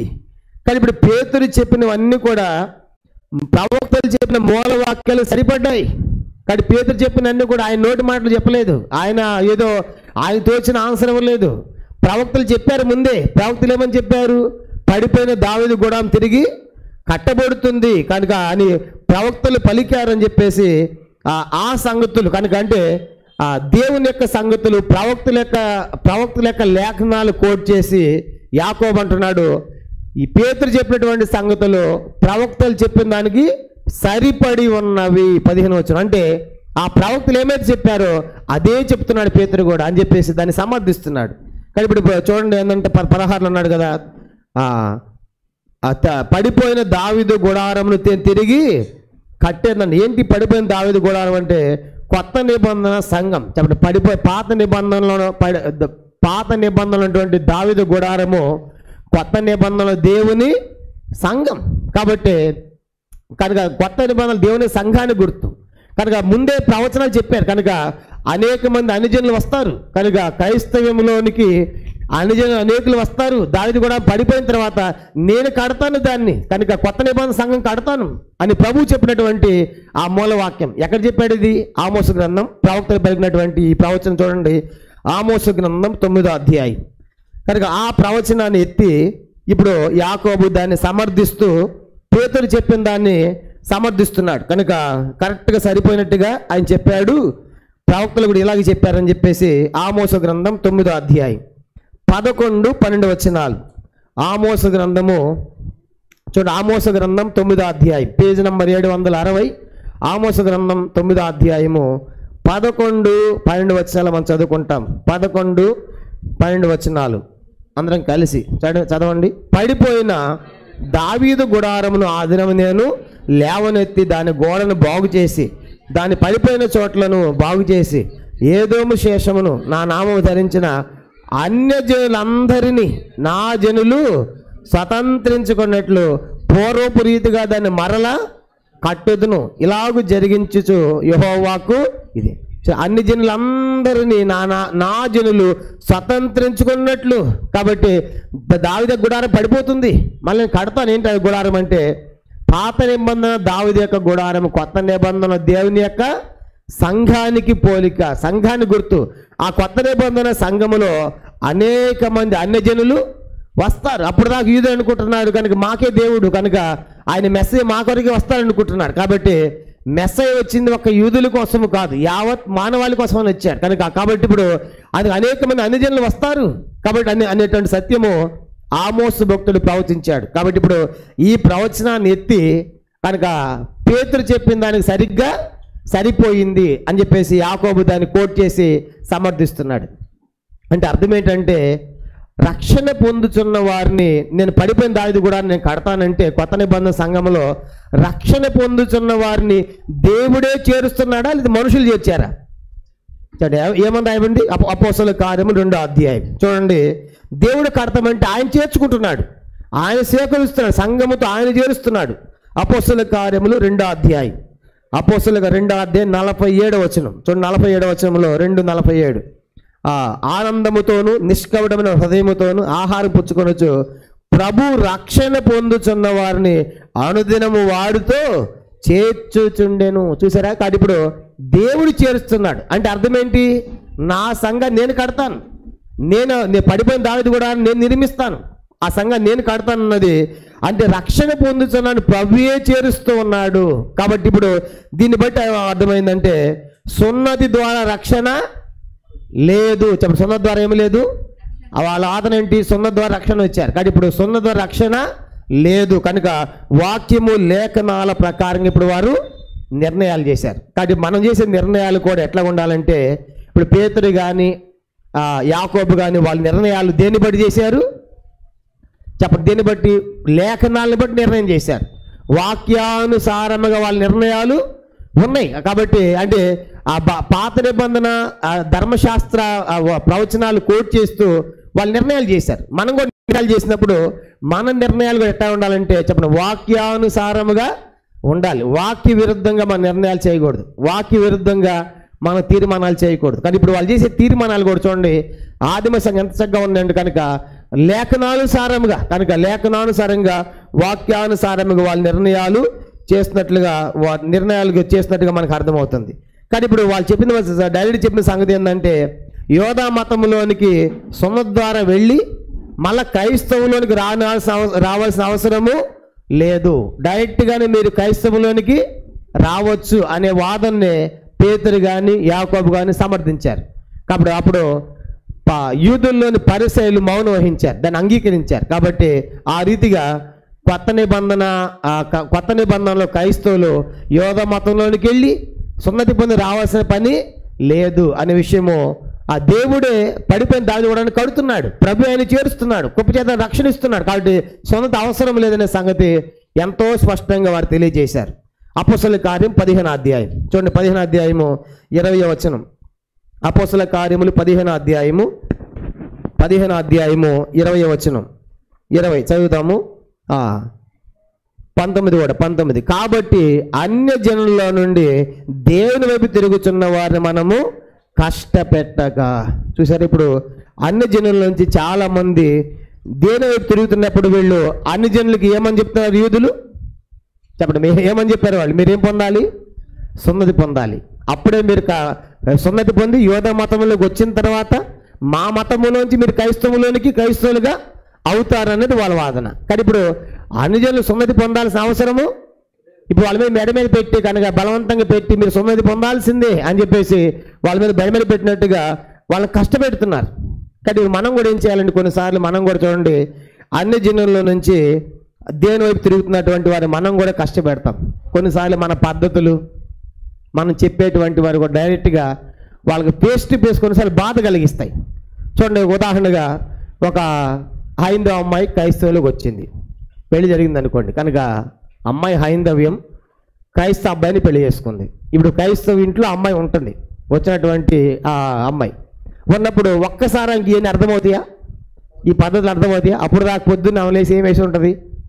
పొద్దున్న లేసి ఏం వేసి దాని ఇంటి ముందు ముగ్గేసి అలవాటు ఉంది. ఇప్పుడు కూడా లేచి ముగ్గే కానీ అమ్మాయికి ముగ్గేసావా నరకానికి పోతా ఉంది అనుకోండి, నమ్ముద్దా కామందేని? అంటే మీ దేవుడు చెప్పాడు ముగ్గేద్దని, అసలు ఈ దేవుడు వద్దుపో నాకు అంటది. నెమ్మదిగా ఏం చేయాలి? కొన్నిసార్లు మనం కూడా అది మరి అన్ని జనులు కదా, వాళ్ళ పద్ధతులు వచ్చారు కదా, నెమ్మదిగా వాళ్ళు మనం చూసి మన పద్ధతులు చూసి మనల్ని ఫాలో అయ్యేటట్టు ఉండాలి. కానీ ఒక్కసారిగా వాళ్ళ మీద మెడబెట్టి కాలిపెట్టినట్టుగా నువ్వు ముగ్గేయడానికి వెళ్ళలేదు అది చేయడానికి ఇలాంటివన్నీ ముందే చెప్పేసాం అనుకోండి, వాళ్ళు అసలు ఎప్పటికీ క్రైస్తవులోనికి రాకపోగా ఇంకా యేసుని ద్వేషిస్తారా ప్రేమిస్తారా? వాళ్ళు ద్వేషిస్తారు. యేసు అంటే ఇష్టం ఉండదు. అంటే వాళ్ళ పద్ధతులు నేర్చుకోమని నేను చెప్పడం లేదు, కానీ వాళ్ళు వచ్చారు, కొత్తగా వచ్చారు, అన్ని జనులు వచ్చారు. కానీ కొంతమంది అన్ని జనులు మందిరికి వస్తూ ఉంటారు. వచ్చినప్పుడు కొత్తగా వచ్చిన పూలు పెట్టుకొచ్చాడు. అమ్మ పూలు పెట్టుకున్నావా? మందులు పెట్టకూడదు, నరకానికి వెళ్ళిపోతావంటే ఎట్లాగూ? అమ్మ అన్ని జనులు కొత్తగా వచ్చింది, తర్వాత తెలుసుకుంటుంది ఆమె. కాబట్టి పూలు తీసాయి, గాజులు తీసాయి, అవి తీసాయి, ఇది ముఖ్యమైందా? కనుక క్రైస్తవులు రావడానికి హృదయం మారాలా, ఏది మారాలి? ఏది ముఖ్యం చెప్పండి? హృదయం మారాలి, అది ముఖ్యం కదా. కాబట్టి మనం అన్ని తీసేస్తాం, కొన్నిసార్లు హృదయం మారదు. కానీ ఉపయోగం ఉందా? పైకి మాత్రం అన్నీ ఉంటాయి, కనుక అన్ని తీసి క్రైస్తవులా కనపడతాం, హృదయం మారలేదు. అలాంటి వాళ్ళు కూడా ఉన్నారు సంఘాల్లో. ఎందుకంటే ఆళ్ళు మేలు కదా కొన్నిసార్లు. కానీ ఎన్నోసార్లు మనము అన్ని జనులతో అన్ని జనుల నుంచి వాళ్ళు దేని తిరుగుతున్నారు, కానీ వాళ్ళు ఏం చేస్తున్నాం? మన పద్ధతులను బట్టి వాళ్ళు ఏం చేస్తున్నామంట? కష్టపెడుతున్నాం. ఇది ఆ దినాల్లో జరుగుతుంది. యూదులు అట్లా చేస్తున్నారు. యూదులు ఏం చేస్తున్నారంటే ఆ దేవునికి వచ్చారా మీరు సున్నతి పొందాలి, ధర్మశాస్త్రం పాటించాలి అవన్నీ చెప్తా ఉన్నారు. అప్పుడు అన్ని జనులకు చాలా కష్టమైపోతుంది. అప్పుడు అన్ని జనులకు దేవుళ్ళకి రావడానికి చాలా ఈజీగా ఉంది, కష్టం ఉంది, వాళ్ళకి కష్టమైపోయింది. ఈ సమస్య వచ్చింది కాబట్టి ఇప్పుడు వాళ్ళు ఏం చేశారంటే అటు ఏం చేద్దాం, అన్ని జనుల నుంచి దేవుని నమ్ముకున్న వారికి ఎట్లా ఉండాలి అనే దానికి ఒక 4 సంగతులు ప్రతిపాదించారు. ఈ 4 చేయకుండా ఉండండి, మిగతా ఏమన్నా చేయండి పర్వాలేదు అన్నట్టుగా 4 చెప్పి అది తేల్చి. ఎవరు చెప్పింది ఎంత చెప్పింది? ఎవరు? ఇదంతా యెరూషలేములో ఉన్నటువంటి పెద్దలు. కనుక యాకోబు, పేతురు ఉన్నటువంటి సభ ఒకరు కాదు, ఇదంతా ఏంటి పెద్ద సభలు తీర్మానం చేశారు. కాబట్టి ఇప్పుడు అనుజనులు తమ్ముతున్నటువంటి వారు కష్టపెడుతున్నారు యూదులు. కాబట్టి మరి అనుజనులు తిరుగుతున్న వారు ఏం చేయకూడదు, ఏమి చెయ్యాలి అనే దానికి దాన్ని ఏమంటారు చక్కగా రాసి పంపిస్తున్నారు ఇప్పుడు. కాబట్టి ఎన్నో అప్పటికే సంఘాలు ఏర్పడ్డాయి కదా. ఇప్పుడు సంఘాలన్నింటిలో సమస్య ఉంది కాబట్టి ఇప్పుడు ఈ సమస్య పరిష్కారం కావాలంటే ఎక్కడి నుంచి రావాలి? కేంద్రం నుంచి రావాలి. చెప్పండి, ఎక్కడి నుంచి రావాలి? హెడ్ క్వార్టర్ కేంద్రం. వాళ్ళ కేంద్రం ఏంటి? యెరూషలేం. కాబట్టి ఇప్పుడు అక్కడ ఈ సమస్య వచ్చింది. కాబట్టి వచ్చి అయ్యా అన్ని జనులను దేవుని తిరుగుతున్నటువంటి వారిని ఇది చాలా కష్టపెడుతున్నారు, సున్నతి పొందాలంటున్నారు, బుట్ట తీయాలంటారు, గాజులు తీయాలంటారు, కనుక ఇలా చేస్తారన్నప్పుడు ఇవన్నీ కాదు, 4 మాత్రం చేయకుండా ఉండాలి అని చెప్పారు. ఏంటంట 4 చూడండి, అపోస్తల కార్యములు 15వ అధ్యాయం 19-20. కాబట్టి అన్యజనుల్లో నుండి దేవుని వైపు తిరుగుతున్న వారిని మనము కష్టపెట్టక. ఇప్పుడు ఏం చేయకూడదంటే 20 వచనం, విగ్రహ సంబంధమైన అపవిత్రతను, 2వది జారత్వమును, 3వది గొంతు పిసికి చంపిన దానిని, 4వది రక్తమును కాబట్టి విసర్జించుటకు వారికి పత్రిక రాసి పంపవలని నా అభిప్రాయము. కానీ ఇప్పుడు కొత్త నిబంధనలో ఏం చేయకూడదని చెప్పారు చెప్పండి. ఇప్పుడు ఆ సభ ఏమని తీర్మానం చేసింది? కాబట్టి అన్ని జనులు దేవుని తిరుగుతున్నారు కదా. ఒకప్పుడు అన్ని జనులు ఏం పూజించారు? వాళ్ళు విగ్రహాలు పూజించారు. కాబట్టి విగ్రహాలు మీరు పూజించకూడదు, కాబట్టి వాటిని విడిచిపెట్టండి. ఆ విగ్రహ అపవిత్రత కాబట్టి అది విడిచిపెట్టాలి. 2వది జారత్వము, కనుక పెళ్లి కాకముందే కనుక పాపము చేయటం, కనుక వ్యభిచారం చేయటం, కనుక అది జారత్వంగా 2వదిగా ఉండే. 3వదిగా గొంతు పిసికి చంపిన దానిని తింటున్నారు, అది తినకూడదు. 4వది రక్తము. కాబట్టి ఈ 4 తప్ప మిగతాన్ని చేర్చిపోండి అన్నాడు. అర్థమైపోయిందా? ఒక సమస్యకి పరిష్కారం వచ్చింది. కానీ ఇవన్నీ ఎందుకు చెప్పాడంటే ఆ దినాల్లో రోమీల మధ్య గ్రీకుల మధ్య ఇవన్నీ సర్వసాధారణంగా జరిగాయి. ఏవన్నీ కూడా ఇప్పుడు చెప్పిన 4 సంగతులు. ఏమి 4? గొంతు పిసుకుని చంపి తింటారు, రక్తాన్ని తింటారు, జాగ్రత్తం చేస్తారు, విగ్రహాలు పూజించి అపవిత్రులైపోతారు. ఇవన్నీ ఆ దినాల్లో రోమీలు గ్రీకుల మధ్య సర్వసాధారణంగా జరిగేటువంటి సంగతులు ఇవన్నీ కూడా. కానీ ఇప్పుడు అన్ని నుంచి ఇప్పుడు వీటన్నిటిలోంచి వాళ్ళు దేవుని తిరుగుతున్నారు. దేవుని తిరిగేటువంటి వారు ఈ 4 చేయకూడదు అని తీర్మానం చేశారు. అంటే మిగతా అన్నీ కూడా చేయొచ్చు. కానీ ఇప్పుడు 4 తేల్చేశారు, ఈ 4 మాత్రం చేయకూడదు. కానీ ఇప్పుడు ఈ కొత్త నిబంధన ప్రకారం మనం కూడా ఇదే, కనుక ఈ 4 చేయకూడదు. మిగతా అన్నీ కూడా ఎన్నో ఉన్నాయి. కనుక కొన్నిసార్లు కొంతమంది అన్ని జనుల నుంచి వస్తారు. అన్ని నుంచి రాగానే వాళ్ళు ఒకసారి అన్నీ తీసేయలేరు. కొంతమంది బొట్టు ఉంటుంది, గాజులు ఉంటాయి, తర్వాత పూలు ఉంటాయి, రకరకాలు ఉంటాయి. అలాగే కొత్తగా వస్తున్నారు. వచ్చినప్పుడు మనం బలవంతంగా తీయాలని చెప్పాలా, లేకుంటే వాళ్ళంతా వాళ్ళు మారి తీయాలా? వాళ్ళు మారి తీయాలి తప్ప మనం అది చెప్పకూడదు. అంటే వాళ్ళ మీద ఏమైనట్టు మనం బరువైన కాడి పెట్టి బలమంతా పెడుతున్నట్టు. అదే చెప్పారు. ఇప్పుడు అదే సంగతి. అన్ని జనులు తిరుగుతున్నటువంటి వారిని ఏం చేస్తున్నారు? వాళ్ళు కష్టపెడుతున్నారు. కాబట్టి నెమ్మదిగా వాళ్ళు తెలుసుకుంటే సత్యమును అర్థమైన తర్వాత ఆటోమేటిక్గా వాళ్ళు వాటిని విసర్జిస్తారు తప్ప మనం బలవంతం చేయకూడదు. చూసారా, మనం బలవంతం చేయకూడదు, అది చేయకూడదు, ఇది చేయకూడదు. మనకు తెలుసు, మనం ఎప్పుడో నమ్ముకున్నాం కాబట్టి ఇవన్నీ వ్యర్థమైనవి మనకు తెలుసు. వాళ్ళకు కూడా టైం పడుతుంది. కాబట్టి ఇప్పుడు వాళ్ళు ఒక్కసారిగా నువ్వు అటు చేశాను అనుకోండి, ఇక 200 మందిరానికి రారు. చూసారు, 200 మందిరానికి రారు. వాళ్ళు ఎప్పుడు దేవునిలోకి రారు. అందుకే ఇప్పుడు అన్ని జనుల నుంచి దేవుని తిరిగే వారిని మనము ఎట్లా ముఖ్యంగా చూసుకోవాలంటే వాళ్ళ హృదయం మారాలి. చెప్పండి, మొట్టమొదటి దేవుడు కూడా కోరేది అని చెప్పండి. దేవుడు కూడా ఏమన్నాడు? మనిషి మొదటి సమయం అంటాడు కదా, యెహోవా హృదయమును లక్ష్యపెట్టు, పై రూపమును లక్ష్య పెట్టేవాడు కాదు. ప్రభా నేనేం ధరించుకోలేదు భక్తురాలంటే నీ హృదయం సరిగా లేదు అంటాడు. కనుక అవన్నీ ధరించుకుంటే ఆ హృదయం మారింది అంటాడు. ఏది ముఖ్య? దేవుడు కావాల్సింది మన పై వేషధారణ కాదు, వెలిచూపుగా దేవుడు చూసేది. లోపల ఉన్న విశ్వాసం చూస్తాడు, హృదయాన్ని చూస్తాడు. అందుకే ఆయన హృదయం ఎట్లా ఉంది, నీ హృదయం ఎట్లా ఉంది, అది ప్రాముఖ్యమే. కనుక తినే విషయంలో, తాగే విషయంలో ఇవన్నీ కూడా సెకండరీ థింగ్స్ అన్నమాట. కనుక అవన్నీ కూడా ఎంత ముఖ్యమైనవి కాదు. చూడండి, కొన్నిసార్లు ఆహార పదార్థాల దగ్గర కూడా అది తినకూడదు, ఇది తినకూడదు అని కొన్నిసార్లు మనం నిషేధిస్తాం. కానీ ఆహార పదార్థాల గురించి బైబిల్ ఏమో రాయబడింది? మనం ఏది తిన్నా అది కడుపులోకి వెళ్ళి బహిర్భూమిలోకి విడబడుతుంది. అంతటా క్లోజ్, అది ఏ ఆహారం తిన్నా. కానీ హృదయంలో వచ్చేటువంటి మాట మనుషుని ఏం చేస్తుంది? అపవిత్రపరుస్తుంది. కానీ ఇప్పుడు నువ్వు ఆ తినే పదార్థాలు నిషేధించి నిశ్శబ్దముగా అన్ని కూడా మంచిగా పాటించి హృదయం నుంచి వచ్చే మాటలు చెడిపోయినాయి అనుకో, దేవుడు సంతోషమా? నీ హృదయం సరిగా లేదు కదా, కనుక నువ్వు ఆ బోధలు పాటించి ఉపయోగం నాకు. కానీ బోధలు పాటించమన్నాను నేను. హృదయం ముఖ్యం కదా. అది నా తలంపు ఏంటంటే అవి పాటించొద్దని నేను చెప్పడం లేదు, మళ్ళీ తప్పు తీశాను అనుకోబాకండి. దానికంటే ఇది చాలా ప్రాముఖ్యమైనది. దేనికంటే ఆ భోజనాల దగ్గర ఎంత మనం కట్టడిగా ఉంటామో దానికంటే ఇది ప్రాముఖ్యమైనది. ఒక స్థలంలో మేము పరిచయకి వెళ్ళాం. కనుక తిమోతి అంకుల్ కూడా ఉన్నాడు. తిమోతి అంకుల్ వాక్యం చెప్పాడు. అది చనిపోయిన కోడిక, ఆదరణ కోడిక అయితే మీటింగ్ అంతా అయిపోయింది, భోజనాలు పెడుతున్నారు. భోజనాలు పెట్టగానే మొట్టమొదట వాళ్ళు వడ్డించింది రక్తం. ఏమని వడ్డించారు? రక్తం. కనుక అంత ప్లేట్లు వడ్డిస్తున్నారు, నాకు అర్థమైంది రక్తం అని. కనుక నేను ఎప్పుడు తినలే రక్తాన్ని. నేను చేశాను, నా ప్లేట్ దగ్గర రాగానే నాకు వద్దు అన్న, ఎందుకంటే అది అర్థమైపోయింది వడ్డించే రక్తం అని. అందరూ వెళ్ళిపోయింది. ఆ తర్వాత ఒక సంఘ పెద్ద ఉన్నాడు మా పక్కనే, నల్గొండ అంకుల్, చనిపోయాడు, ప్రభు మహిళ ఉన్నాడు, అంకుల్ లేడు. అయ్యో ఇది రక్తం అన్నాడు. అనగానే అందరు ప్లేట్లు మూసేశారు. చూడండి, అనగానే అందరు ప్లేట్లు మూసేశారు. నేను అన్నాను, అట్టని చెప్పారు అంకుల్, తప్పు కదా, వాళ్ళు తినేవాళ్ళు తినండి, మీకెందుకు అట్లా, వీళ్ళు అంత బాధపడతారు కదా. లేదో రక్తం సుమి అన్న, రక్తం తినకూడదు కదా అన్నాడు. అనగానే కొత్తపల్లి పౌలు ఇంకోటి రాశాడు, నిషిద్ధమని ఎంచుకున్న వానికి నిషిద్ధమే అన్నాడు. కనుక నాకు నిషిద్ధంగా ఉంది, ఇప్పుడు నేను ఎంచుకుని నాకు వద్దు అనుకున్నా, నువ్వు అనుకుని నువ్వు మౌనంగా ఉండు, తినేవాడు తింటాడు. కనుక తిమోతి పత్రికలో ఏమన్నాడు, దేవుడు సృష్టించే ప్రతి వస్తువు మంచిదే, కృతజ్ఞతాస్తుతులు చెల్లించి ఏది నిషేధింపదగినది కాదు అన్నాడు. కాబట్టి అర్థం చెప్పండి, లేదు కనుక రక్తం తినకూడదు అన్నారు. ఈ పంచాయతీ ఎక్కడ దాకా వెళ్ళండి, తిమోతి అంకుల్ దాకా వెళ్ళింది. ఆ రాత్రి అంకుల్ దగ్గరికి వెళ్ళాం, అంకుల్ రక్తం తినవచ్చా తినకూడదా అన్నాం. అనగానే అంకుల్ ఒక్క మాటలో, నీకు నిషిద్ధం అనుకుంటే నిషిద్ధమే, తినాలనుకుంటే తినొచ్చు అన్నాడు అంకుల్. కనుక సింపుల్గా అది నేను చెప్పేది ఏంటంటే, ఆ భోజనాల దగ్గర అంత ముఖ్యమే నీకు, అది వాళ్ళ హృదయం మారిన ముఖ్యం కావాలి. కానీ భోజనాల విషయంలో ఒక మాట అయిపోతున్నామా చూద్దాము. కొరింథీ పత్రిక అనుకుంటా, కడుపు భోజనానికి భోజనం కడుపు కొందగాని దేవుడు 2 నాశనం చేస్తాడు, అవన్నీ పాడైపోయాయి. 1 కొరింథీ పత్రిక 6వ అధ్యాయం 13వ వచనం.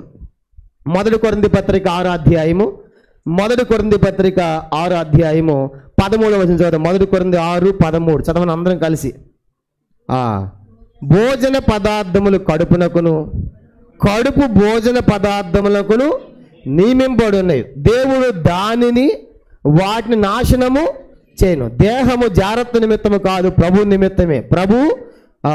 ప్రభు దేహము నిమిత్తమే. కానీ ఇప్పుడు ఏమంటాడు 13లో, భోజన పదార్థాలు కడుపునకును, కడుపేమో భోజన పదార్థాలు నియమించబడ్డాయి. ఇప్పుడు దేవుడు వాటిని దాన్ని రెండింటిని కూడా రెండింటిని అంటే ఏంటి, దేన్ని భోజనాన్ని కడుపు 2 నాశనం అయిపోయాయి. కనుక నువ్వు భోజనం ఎంత పత్తం చేసినా, ఎంత నిష్టగా తిన్నా, ఈ భోజనం నాశనం అయిపోయేది, కడుపు నాశనం అయిపోయేది. కనుక ఉపయోగం లేదు. కనుక దానివల్ల ఉపయోగం లేదు. హృదయం అది ప్రాముఖ్యమైనది. పౌలు కాబట్టి ఆ 2 దేవుడు నాశనం చేస్తాడు, పాడు చేస్తాడు.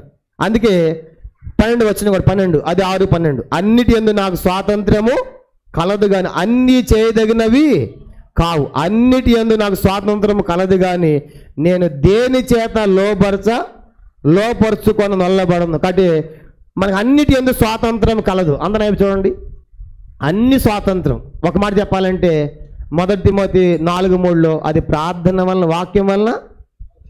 ఇప్పుడు ఏదైనా పెట్టారు నీకు, వెంటనే ప్రార్థన చేసుకుని తినవచ్చా తినకూడదా? ప్రార్థన ఏమవుతుంది, అది పావిత్రం అయిపోతుంది, తినేయచ్చు. కనుక అన్నిటి స్వాతంత్రం ఉంది. కానీ ఇప్పుడు ఏది పెట్టినా ప్రార్థన చేసుకుని తింటా ఉన్నాం అనుకోండి, కొంతమంది ఉంటారు, అన్యులు ఉంటారు. నిన్న ఒక ఆమె దగ్గరికి వెళ్ళా, కనుక మీరు ఎందుకు తినరు, అక్కడ విగ్రహాల దగ్గర పెట్టింది అంది. తినొచ్చు, ఏమని తింటే ప్రార్థన చేసినా మాకు పవిత్రం అయితే మాకేం కాదు. కానీ మేము ఎందుకు తినమంటే, ఎవరో నమ్మని వాళ్ళు ఉంటారు, కొత్తగా వచ్చేవాళ్ళు, అమ్మ అన్నయ్య తిన్నాడు పాస్టర్ అన్న, మేము కూడా తింటాము. కనుక వాళ్ళు ఏమవుతారు, మమ్మల్ని చూసి వాళ్ళు తింటారు. మేమేం తిన్నాము మాకు తెలుసు అది. కనుక మాకేమేమి తెలుసు. 1 కొరింథీ పత్రిక 8వ అధ్యాయం చూడండి. 1 కొరింథీ పత్రిక 8వ అధ్యాయము చూడండి, మొదటి 7 వచనం మనం చదువుతాం. 1 కొరింథీ పత్రిక 8వ అధ్యాయం 1 కొరింథీ పత్రిక 8వ అధ్యాయం మొదటి 7 వచనాలు మనం మార్చి చదువుదాం. 1 కొరింథీ పత్రిక 8వ అధ్యాయం మొదటి 7 వచనాలు. విగ్రహములకు బలిగా అర్పించిన వాటి విషయం మనమందరము జ్ఞానము గలవారమని ఎరుగుదము కానీ జ్ఞానం ఉప్పొంగు చేయని ప్రేమ క్షేమాభివృద్ధిని కలుగు చేయను. 2, ఒకడు తనకి ఏమైనా తెలియని అనుకుని ఉంటే తాను తెలుసుకున్నట్టు ఇంకొని ఏమీ తెలుసుకున్నవాడు కాడు. ఒకడు దేవుని ప్రేమించిన ఎడల అతడు దేవునికి ఎరుకైన వాడే. కాబట్టి విగ్రహములకు బలిగా అర్పించిన వాటిని తినుట విషయము కనుక రాస్తాడు పౌలు, లోకమందు విగ్రహము వట్టిదనియు ఒక్కడే దేవుడు తప్ప వేరొక దేవుడనియు లేడనియు మనకు తెలుసు, మనం ఎరుగుతాం. తర్వాత దేవతలు అనబడిన వారు, ప్రభువులు అనబడిన వారు అనేకులు ఉన్నారు. 6, ఆకాశం అందైనను భూమి మీదనైనను దేవత అనబడినవి ఉన్నను మనకు ఒక్కడే దేవుడు ఉన్నాడు, ఆయన తండ్రి. ఆయన నుండి సమస్తమును కలిగను, ఆయన నిమిత్తం మనము ఉన్నాము. ఆయన మనకు ప్రభు ఒక్కడే, ఆయన యేసుక్రీస్తు. ఆయన ద్వారా సమస్తమును కలిగను, మనము ఆయన ద్వారా కలిగిన వారము. కానీ చూసారు. కానీ ఇప్పుడు పౌలు ఏం రాస్తున్నాడంటే 4లో చెప్పాడు విగ్రహం గురించి, లోకమందు విగ్రహము వట్టిది, ఒక్కడే దేవుడు ఉన్నాడు. దేవతలు బట్టి చాలామంది ఉన్నారు, కానీ ప్రభు ఒక్కడే. ఆకాశం కానీ భూమి మీద కానీ దేవతలు ఉన్నప్పుడు కూడా దేవుడు ఒక్కడే. ఉదాహరణ చూడండి, ఇప్పుడు అందరం చూడాలి. ఇప్పుడు ఆ విగ్రహం తీసుకొచ్చారు, ఒక రాయితీ విగ్రహం చేశారనుకోండి, ఆ రాయి ఎవరిది? రాయి ఎవరిది? చెక్కతో చేశారు, చెక్క ఎవరిది? మట్టి చేశారు, మట్టి ఎవరిది? అన్నీ దేవునివే. చూసారా ఇప్పుడు ఏమర్థి? ఆ చెక్క దేవుంది, మట్టి దేవుంది, రాయి దేవుంది. ఈ జ్ఞానం ఎవరికి ఉండయి? తెలిసిన మనకుంది. ఇప్పుడు కనుక ఏముంది, రాయే కదా, చెక్కే కదా, మట్టే కదా, అదంతా దేవుని సృష్టి. కనుక ఇప్పుడు మనకు ఆ జ్ఞానం ఉంది. ఆ జ్ఞానం ఉన్నప్పుడు అందరి యందు ఈ జ్ఞానం లేదు. చూడండి ఆ మాట కింద వచనం 7వ వచనం. అయితే అందరి యందు ఈ జ్ఞానము లేదు. ఏ జ్ఞానము? ఈ మట్టి దేవుడిదే, ఈ చెక్క ఈ రాయి అనే జ్ఞానం అందరిలో లేదు. కనుక అందరు లేదు కాబట్టి దాన్ని పూజిస్తున్నారు. ఇప్పుడు దాన్ని ఎరిగినటువంటి వారు ఏం చేస్తున్నారంటే, ఆ జ్ఞానం ఉన్నటువంటి వారు ఆ చెక్క దగ్గరది మట్టి దగ్గరది పెట్టింది మనం తింటే మనకేమైనా అవుతుందా? ప్రార్థన చేసుకుని తింటే ఏమవుతుంది? పవిత్రం అవుతుంది. కానీ అన్ని చేయదగినవి మనకి జ్ఞానం ఉంది. కనుక ఏ జ్ఞానము? ఇదంతా దేవుని సృష్టి. నామానికి మొదటి కొరింథీ పత్రిక 10వ అధ్యాయం చూడండి, 10వ అధ్యాయము 26వ వచనం. మొదటి కొరింథీ 10:26 చూడండి, 10:26. భూమియు దాని పరిపూర్ణతయు ప్రభునివై ఉన్నవి. ఇప్పుడు చెప్పండి, భూమి దానిలో ఉన్న అంత ఎవరి అంట? చెక్క ఎవరిది? చెట్టు ఎవరిది? రాయి ఎవరిది? మట్టి ఎవరిది? అన్నీ దేవునికి. అన్నీ దేవునే కదా, సృష్టించిన దేవుడే. ఇప్పుడు మనకి జ్ఞానం ఉంది, ఇవన్నీ కూడా దేవునివే.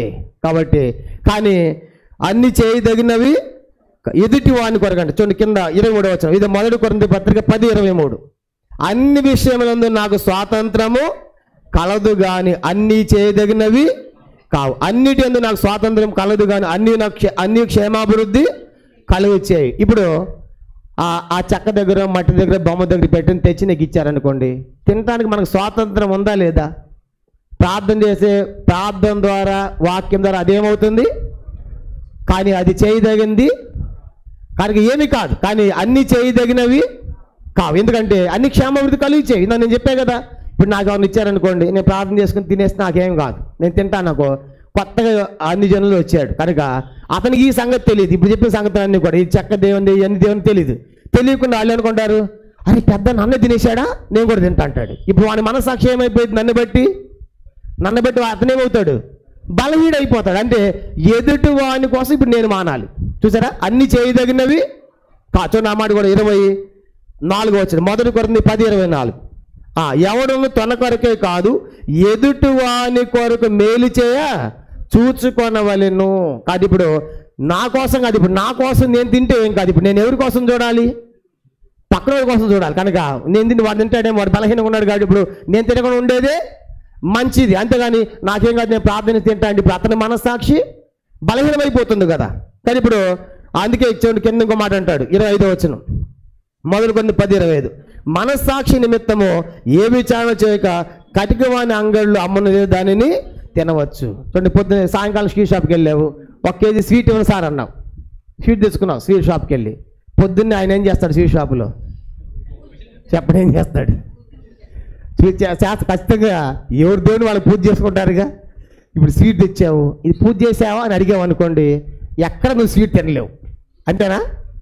కాబట్టి అది కటికవాని అంగడి, అన్నీ దొరుకుతాయి, నువ్వు కూడా పోయి తెచ్చుకో. కానీ విచారణ చెయ్యొద్దు. ఏమని విచారణ చేయొద్దు? పూజ చేసావా అని విచారణ చేయొద్దు. తెచ్చుకొని ఏం చేయాలి? ప్రార్థన చేసుకో. ప్రార్థన ఏమవుతుంది? పవిత్రం అవుతుంది. కాబట్టి అంతేగాని నువ్వు ఎదిగింది అని చెప్పి అడిగామనుకోండి, వాళ్ళు ఖచ్చితంగా చెప్తాడు, ఎన్ని షాపులు మారినా నీకు సీట్ దొరకదు, నువ్వు ఇంట్లో తయారు చేసుకోవాలి సీటేగా. అందుకే పౌలు ఏం రాస్తా అంటే కటికవాని షాపులు అంగడి ఏం దొరుకుతుందో తెచ్చుకొని, కానీ విచారణ మాత్రము చేయవద్దు. కనుక అంటే తెచ్చుకున్న తర్వాత అందుకే మనం పెద్దానికి ఏం చేస్తాం? ప్రార్థన చేస్తాం. ఎక్కడి నుంచి వచ్చిన ప్రభావ దీన్ని ఏం చేయి? పవిత్రపరచు. ప్రార్థన పవిత్రమైతే తింటున్నాం కాబట్టి మనకు దోషం లేదు, అలా చేయాలి. తర్వాత 27వ వచనం, మొదటి కొరింథీ 10:27. అవిశ్వాసుల్లో ఒకటి మిమ్మల్ని విందుకు పిలిచిన ఎడల వెళ్ళుటకు నీకు మనస్సుండిన ఎడల మీకు వడ్డించినది ఏదో దానిని గూర్చి మనస్సాక్షి నిమిత్తము ఏ విచారణ చేయక తినుడి. నీ ఫ్రెండ్ ఎవరు ఉన్నారు, వాళ్ళు దేవుని నమ్మల, ఫంక్షన్ పిలిచారు, ఇప్పుడు పోవాలా వద్దా చెప్పండి? అవిశ్వాసుల ఫంక్షన్కి పోవాలా వద్దా? వాళ్ళు పిలిచినప్పుడు కనుక చాలా బెస్ట్ ఫ్రెండ్, చాలా దగ్గర వాడు, వెళ్తాం. కనుక చాలాసార్లు వెళ్తాం. మేము కూడా కొన్నిసార్లు కొంతమంది ముస్లిమ్స్ సహోదరులు ఉన్నప్పుడు పిలిచినప్పుడు మేము నల్గొండలో ఉండేవాళ్ళం, పక్క పక్కనే ముస్లిం కానీ చాలా దగ్గరగా మాకు క్లోజ్గా ఉండేవాళ్ళు. నాకు ఆంటీకి అందరూ కూడా వాళ్ళ పండుగలప్పుడు కూడా వాళ్ళకి వండుకు తెచ్చిచ్చేవాళ్ళు మాకు. కనుక చాలా దగ్గరగా ఉండేవాళ్ళు. వాళ్ళు ఏ మతం అయితే మనకేమైంది కనుక చాలా ఫ్రీగా ఉండేవాళ్ళు. ఇప్పుడు వాళ్ళు పిలిచారు, కొన్నిసార్లు పిలిచినప్పుడు కొన్నిసార్లు అటెండ్ అవుతాం, కొన్నిసార్లు వెళ్ళేస్తాం వస్తాం. ఇప్పుడు నేను చెప్పేది ఏంటంటే, ఇప్పుడు పిలిచారు, అన్యులు పిలిచారు, వాళ్ళ అవిశ్వాసులు. వెళ్ళగానే అక్కడ నీకు వడ్డించారు భోజనం. కాబట్టి భోజనం వడ్డించినప్పుడు తింటా ఉంటే మధ్యలో ఒకడు వచ్చి అమ్మ ఇది బలర్పించాడు అన్నాడు. అనగానే ఇప్పుడు ఏం చేయాలి నువ్వు? కనుక ఇప్పుడు మధ్యలో తింటా ఉన్నావు, మధ్యలో ఒకడు వచ్చాడు, తింటా దేవత బలర్పించాడు అన్నాడు. ఇప్పుడు వెంటనే ఏం చేయాలంటే, అది నాకు తెలియదయ్యా అని చేయగడిగేసుకొని వెళ్ళిపోవాలంట. చూడు పౌలు చెప్పాడు, మొదటి కొరింథీ పత్రిక 10 ఏం నా మాటలు కాదు, మొదటి కొరింథీ పత్రిక 10వ అధ్యాయం. విచారణ చేయకుండా వడ్డీని తినమంటున్నాడు, తింటున్నావు. 28వ వచనం 28. అయితే ఎవడైనా మీతో ఇది బలి అర్పింపబడిందని చెప్పినడలా అట్లు తెలిపిన వాని నిమిత్తము మనస్సాక్షి నిమిత్తము తినకూడి. కానీ ఇప్పుడు వాడు చెప్పాడు నీకు, చెప్పిన తర్వాత వానికి ఏం కాదు ప్రార్థన చేసుకుని పవిత్రమైంది తిన్నామనుకోండి, వాడి మనస్సాక్షి ఏమైంది? అది తినొచ్చా? రేపు నేను కూడా తింటా అంటాడు. కాబట్టి ఇప్పుడు అందుకే ఇప్పుడు చెప్పాడు కాబట్టి వాడు చెప్పాడంటే అర్థం ఏంటి? వాడి మనస్సాక్షి బలహీనమైంది, వానికి తెలియదు. కాబట్టి ఇప్పుడు మనం ఏం చేయాలంటే అక్కడ అట్లనా అటది మాకు తెలియదు అని చెప్పేసి వెంటనే ఏం చేయమన్నాడు చూడండి 29వ వచనం. మనస్సాక్షి నిమిత్తం అనగా నీ సొంత మనస్సాక్షి నిమిత్తము కాదు, ఎదుటివాని మనస్సాక్షి నిమిత్తమే ఇలాగ చెప్పుచున్నాను. నీ మనస్సాక్షి అయితే ఏం కాదు, తినొచ్చు. ప్రార్థన ఏమైపోతుంది? నీ మనస్సాక్షికి పవిత్రం. కానీ ఎదుటివాని మనస్సాక్షి నిమిత్తం ఏం చేయాలంట? తినకూడదు. ఎందుకనగా వేరొకరి మనస్సాక్షిని బట్టి నా స్వాతంత్ర విషయంలో తీర్పు తీర్చబడదేలా. కానీ ఇప్పుడు ఎదుటివాని కోసం ఇప్పుడు నేను మానుకోవాలి. చూడండి, మరి ఎదుటివాని కోసం ఇప్పుడు ఏం చేయాలి? అక్కడను మానుకోవాలి. ఇప్పుడంటే ఇప్పుడు చూడండి, దీన్ని బట్టి చూస్తే మనం ఆ విందుకి వెళ్ళేది మంచిదా, వెళ్ళకుండేది మంచిదా? ఎలాంటివి ఎందుకు? మధ్యలో తినటం ఎందుకు? మధ్యలో ఆవిడ చూడడం ఎందుకు? మధ్యలో వదిలేసి రావడం ఎందుకు? ఎలాగుండేది మేలు కదా, తినకుండా ఉండేది మేలు కదా. కాబట్టి అందుకే పౌలు ఏమంటాడంటే వెళ్ళి తిను, కానీ ఏమైనా ఏ విచారణ చేయకుండా తిను. చెబితే మాత్రం మధ్యలో నువ్వేం చేయాలి? లేచి వెళ్ళిపోవాలి. ఎందుకంటే వాడు మనస్సాక్షి బలహీన అయిపోయింది. కాబట్టి నువ్వు తిరిపి అతని భోజనం గురించి నువ్వు తిరిపి తెచ్చబడతావు కాబట్టి నువ్వు వెళ్ళి వెళ్ళిపోవాలంటాడు. కానీ ఇప్పుడు వెళ్ళేది ఎందుకు, తినేది మధ్య లేచిపోయేది ఎందుకు? తినకుండా మేలు కదా. అందుకే పౌలు ఏమంటాడు, నా సహోదరునికి నేను మాంసం తినేది అభ్యంతరం అయితే నేను ఎన్నటికీ ఏం తినంట మాంసం. ఇతనికి ఏం కాదు, నాకు బాగానే ఉంటుంది మాంసం, కానీ పక్కన వానికి అభ్యంతరమైనప్పుడు ఏం చేయాలంటే మనము మానుకోవాలి. ఎందుకు? ఎదుటివాని మనస్సాక్షి. మొదటి కొరింథీ పత్రిక 8వ అధ్యాయం, మొదటి కొరింథీ పత్రిక 8వ అధ్యాయము చూడండి, 8వ అధ్యాయము 13వ వచనం, 8-13. కాబట్టి భోజన పదార్థములన్న నా సహోదరునికి అభ్యంతరం కలిగిన నా సహోదరునికి అభ్యంతరం కలుగజేయడం నేను ఎన్నటికీ మాంసము తిన్నాను. కానీ ఇప్పుడు నేను ఒకసారి క్యాలింగ్ ఫామ్ వెళ్ళాను, 2 సార్లు వెళ్ళాను. ఒకసారి వెళ్ళాను, నాకంటే ముందు మన ఆంధ్రలో వచ్చిన వాళ్ళందరూ కూడా స్పెషల్గా పెట్టారు ఒక దగ్గర బఫే సిస్టమ్ అన్నమాట. అన్నీ ఉన్నాయి వరుసని మనం వడ్డించుకోవచ్చు. మొట్టమొదట ఫోర్క్ కనుక పంది మాంసం పెట్టారు, కనుక మంచిగా చూస్తూ ఉంటే మంచి కలర్ఫుల్గా ఉంది. కనుక నేను ఎప్పుడు తినలేదు. పందు అంటే ఇక్కడ తిరిగే పందులు కాదు, అక్కడ వాడు పెంచుతారనమాట, సాగుతారు. మనం ఎట్లాగా ఈ గొర్రెలు సాగుతామో అవి లోపల మంచి ఆహార పదార్థాలు వేసి పెంచుతారనమాట. ఆ పందులే ఫోర్క్ పెట్టారు. పెట్టిన అందరూ కూడా వడ్డించుకుంటున్నారు. నేను అది ఎప్పుడు తినలేదు. నేను చూడడానికి అర్థమైంది, చూస్తా ఉంటే చాలా కలర్ఫుల్గా చాలా తినాలనిపిస్తుంది, కానీ నేను ఎప్పుడు ఎందుకు అనవసరంగా అని చెప్పేసి నేను అది తప్పించేసి మిగతా ఫిష్ చికెన్ వేసుకుని వెళ్ళిపోయా. నా ఆయనలో ఒక సేవ కూడా వచ్చాడు, తెలుగు ఆయన, మన తెలుగున. మధ్యలో తినవేంటి అన్నాడు. నాకు పడదులే అన్న. ఎన్ని ఎక్స్ప్లెనేషన్ మనకి, ఆయన తినకూడదు ఎన్ని మనకెందుకు, నాకు పడదులే అన్న. నీకు విశ్వాసం లేదు అంటున్నాడు. నా సంగతి నీకెందుకు, నాకు ఆరోగ్య పరిస్థితి బాగోలేదు, నాకు ఇష్టం లేదో ఉంటుంది. కొన్నిసార్లు మరి ఎట్లా ఉంటుందంటే నాకు విశ్వాసం లేదంట, కనుక నాకు అది తింటే నాకు పడదు, నాకు దోషం ఎంచుకున్నాను, కానీ నేను తినను. చూసా కొన్నిసార్లు ఎట్లా ఉంటుందంటే నువ్వు తిని నీకు ఇష్టమై తిను. అతను 2-3 ముక్కలు వేసుకున్నాడు బాగానే, ఇప్పుడు కూడా ఉన్నాడు సేవకుడు. ఇప్పుడు కూడా నేను చెప్పే సంగతి ఏంటంటే మాకు నిషిద్ధం అని ఎంచుకుంటే నిషిద్ధమే, కానీ అది కొత్తగా తింటున్నాము. ఏమైద్దో అని అనుకుంటూ తిన్నాము అనుకో, నిజంగానే వామిటింగ్ అయిద్ది. రోమపత్రిక 14వ అధ్యాయం, రోమపత్రిక 14వ అధ్యాయము, రోమపత్రిక 14వ అధ్యాయం చూడండి.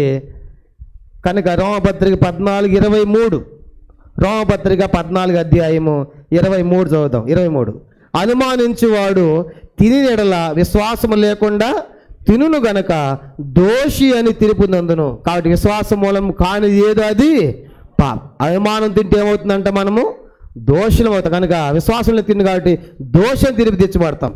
కాబట్టి నాకు వీటన్నిటిని బట్టి మనకు అర్థమయ్యేది ఏంటంటే నేను ఏం చెప్తున్నానంటే అన్య జనుల్లో నుంచి దేవుని వైపు తిరుగుతున్నటువంటి వారిని భోజన పదార్థాల విషయంలో ఇలాంటి వాటి విషయంలో మనం ప్రత్యేకమైన ఫోర్స్ వాళ్ళ మీద పెట్టాల్సిన పని లేదు. అది సెకండరీ థింగ్. కనుక వాళ్ళు హృదయం మారాలి.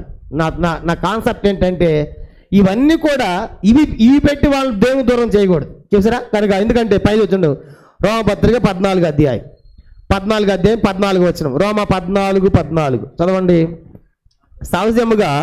సహజముగా ఏది నిషిద్ధము కాదని నేను ప్రభువుని యేసునందు ఎరిగి రూఢిగా నమ్ముచున్నాను. అయితే ఏదైనా నిషిద్ధమని ఎంచుకునే వానికి అది నిషిద్ధమే. వాస్తవంగా ఏది నిషిద్ధం కాదు. నీ హృదయం వద్దని కూడా తినేసి, కానీ నువ్వు నిషిద్ధమని ఎంచుకోవడం తినవద్దు. కనుక ఎందుకు 15 నీ సహోదరుడు నీ భోజన మూలముగా దుఃఖించిన నీకు ప్రేమ కలిగి నడుచుకుని వాడవు కావు.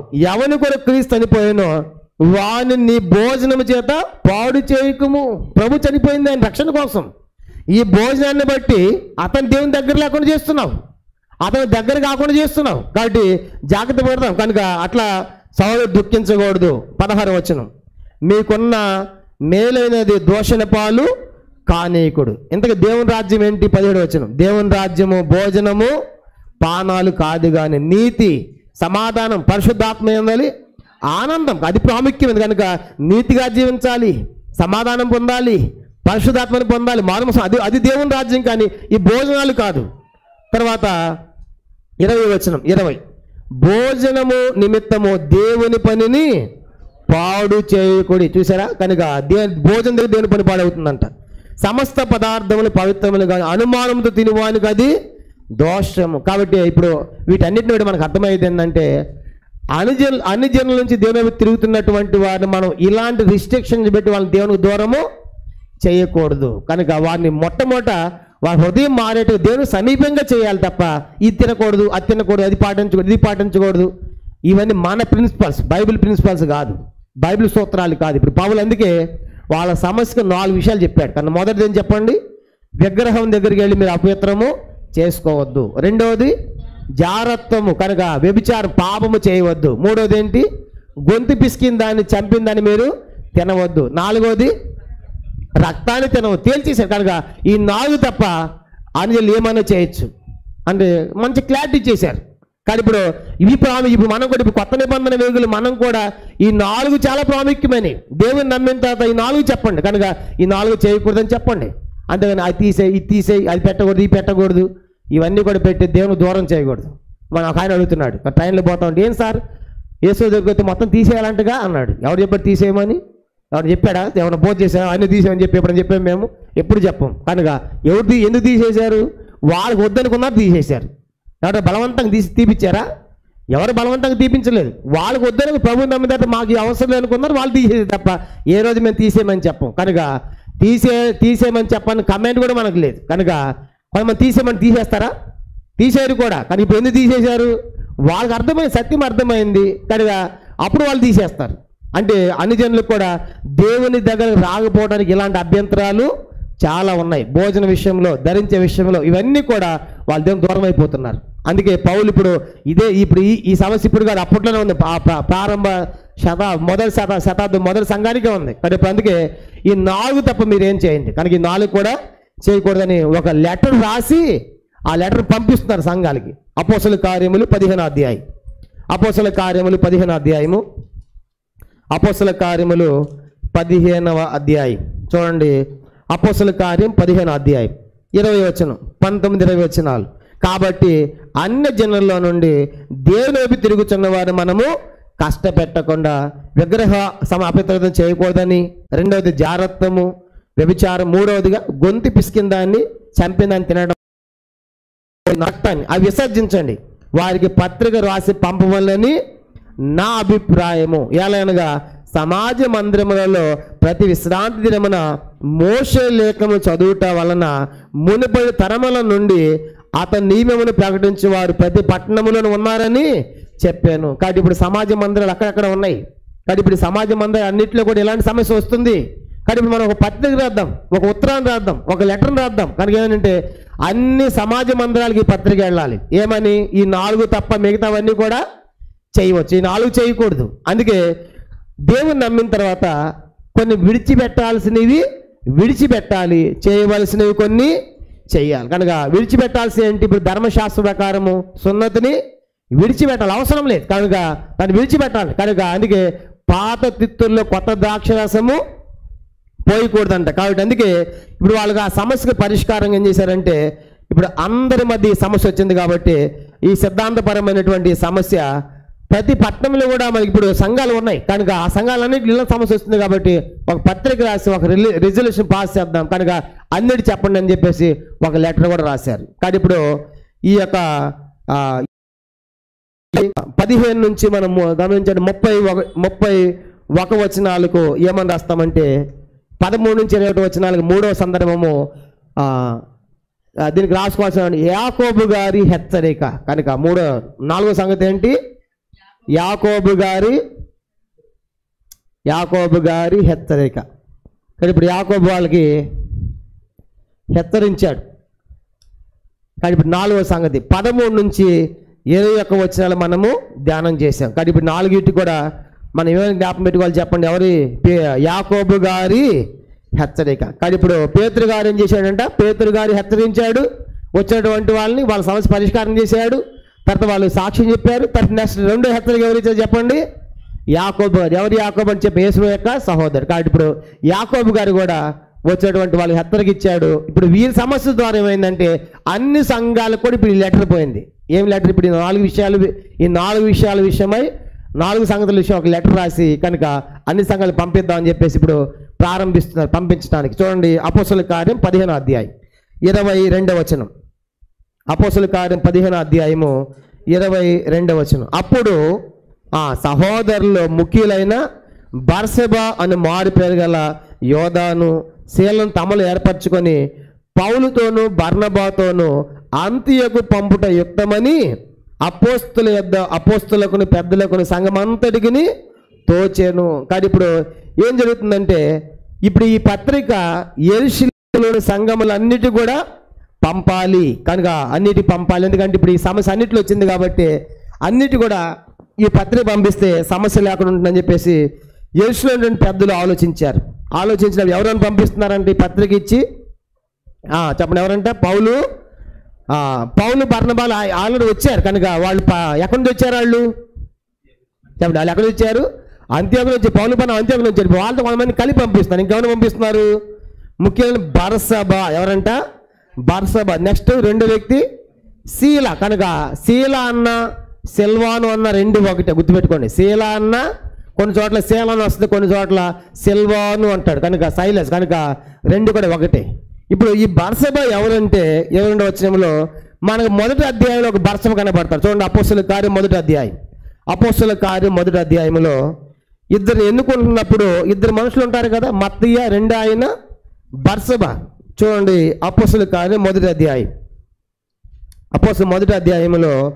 23 చూడండి. అపోస్తలుల కార్యం మొదటి అధ్యాయము 23వ వచనం 23 చదవండి. అప్పుడు వారు యూస్తు అని మారు పేరు గల బర్సబా అనబడిన యోసేపు మత్తేని ఇద్దరు నిలబెట్టు కనుక ఈ బర్సబా అయి ఉండవచ్చు అనేది పండితుల అభిప్రాయం. కాబట్టి ఇప్పుడు మొదటి అధ్యాయంలో ఉన్న బర్సబా ఉన్నాడు కదా, కానీ ఇప్పుడు ఆ బర్సబానే ఇతడు అయి ఉండాలి కాబట్టి అయి ఉండవచ్చు కనుక అని మనం గుర్తుపెట్టుకోవాలి. కానీ ఇప్పుడు ఈ బర్సబా అంటే 15 అధ్యాయంలో బర్సబా ఎవరు? మొదటి అధ్యాయంలో ఉన్నటువంటి బర్సబా అయి ఉండవచ్చు అని మనం గుర్తుపెట్టుకోవాలి కనుక అని పండితుల యొక్క అభిప్రాయం. ఆ బర్సబా నెక్స్ట్ శీల. కానీ ఇక్కడ శీల ఇక్కడ ఎంటర్ అవుతున్నాడు. ఇప్పుడు దాకా మన శీల దీంట్లో మనకు ఎంటర్ కావట్లేదు కనుక ఇక్కడ శీల మనకు కనబడుతున్నాడు కనుక ఇప్పుడు శీల అనేటువంటి వ్యక్తి ఇక్కడ ఎంటర్ అవుతున్నాడు ఈ 15వ అధ్యాయంలో. కానీ బర్సబాను శీలను కూడా ఎవరితో పంపిస్తున్నారు? పౌలు బర్నబాలతో కలిపి అంత్యోకు పంపిద్దామని చెప్పేసి అపోస్తలులు పెద్దలు సంఘం అంతటికి కూడా తోచింది. కానీ ఇప్పుడు ఇందాక చెప్పాను మొట్టమొదట ఇది సభ. ఇప్పుడు పేతురు యోహాను ఒక్కరు తీర్మానం చేయట్లేదు. పేతురు యాకోబు గారు ఇదంతా ఎవరు చెప్పండి? యెరూషలేము యొక్క సంఘం అంతా కలిసి తీర్మానం చేశారు. ఇప్పుడు యెరూషలేము సంఘం అంతా కలిసి ఇది ఆమోదించారు. కానీ ఇప్పుడు వాళ్ళు సమస్య వచ్చారు, ఆ సమస్య పరిష్కారం చేశారు, సొంత అవసరం లేదని చెప్పారు. తర్వాత వాళ్ళ సాక్ష్యం విన్నారు. యాకోబు గారు కూడా అన్ని జనులు వచ్చేటువంటి వారు ఎట్లా చేయాలని చెప్పేసి ఇప్పుడు అందరూ కూర్చుని సభలో డిస్కస్ చేసి ఒక రెజల్యూషన్ పాస్ చేసి కనుక తీర్మానం చేశారు. కనుక ఇప్పుడు ఇది అన్ని సంఘాలకు కూడా పంపిద్దాము. కనుక ఇప్పుడు పౌలు బర్నబా ఆల్రెడీ అంత్యోకుని వచ్చారు, వాళ్ళు అంత్యోకి పోతారు కాబట్టి వాళ్ళతో పాటు ఎవరిని పంపిద్దాము చెప్పండి? ఎవరిని?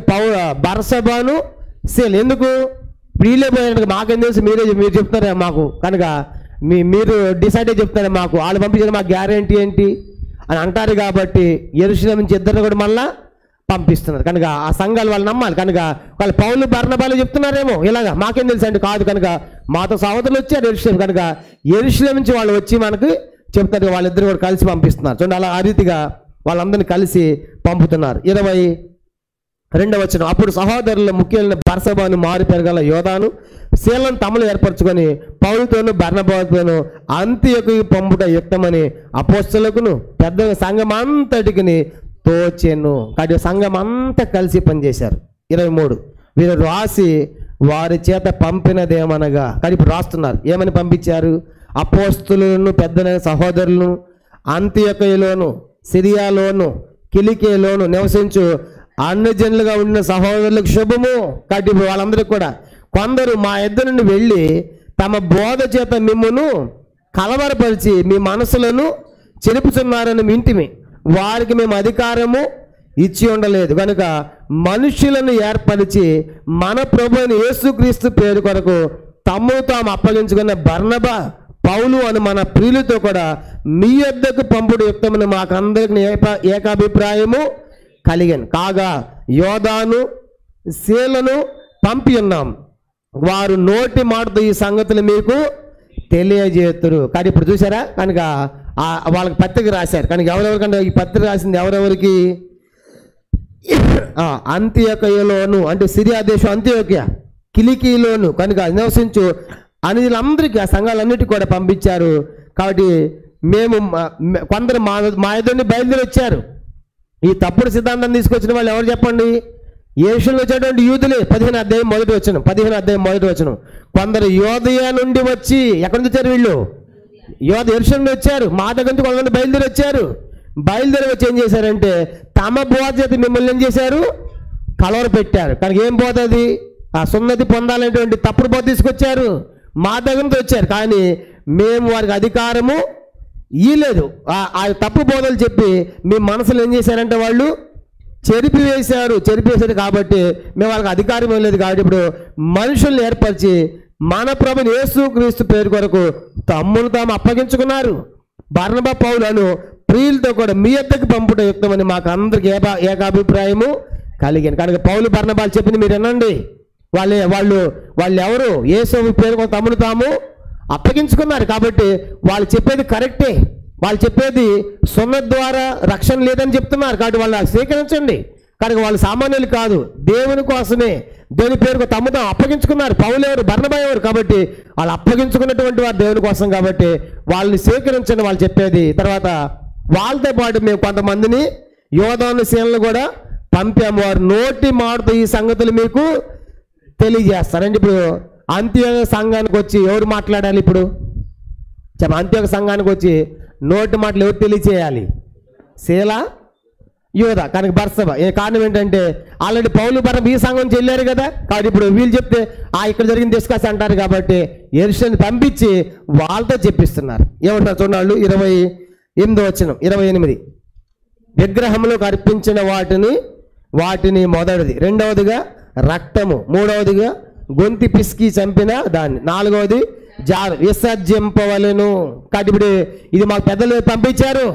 కాబట్టి యేషువైన పెద్దలు మాకు చెప్పి పంపించారు. కాబట్టి ఈ 4 మీరు చేయకూడదు. అన్ని వచ్చేటువంటి వారు ఈ 4 చేయకూడదు. తర్వాత ఈ అవశ్యమైన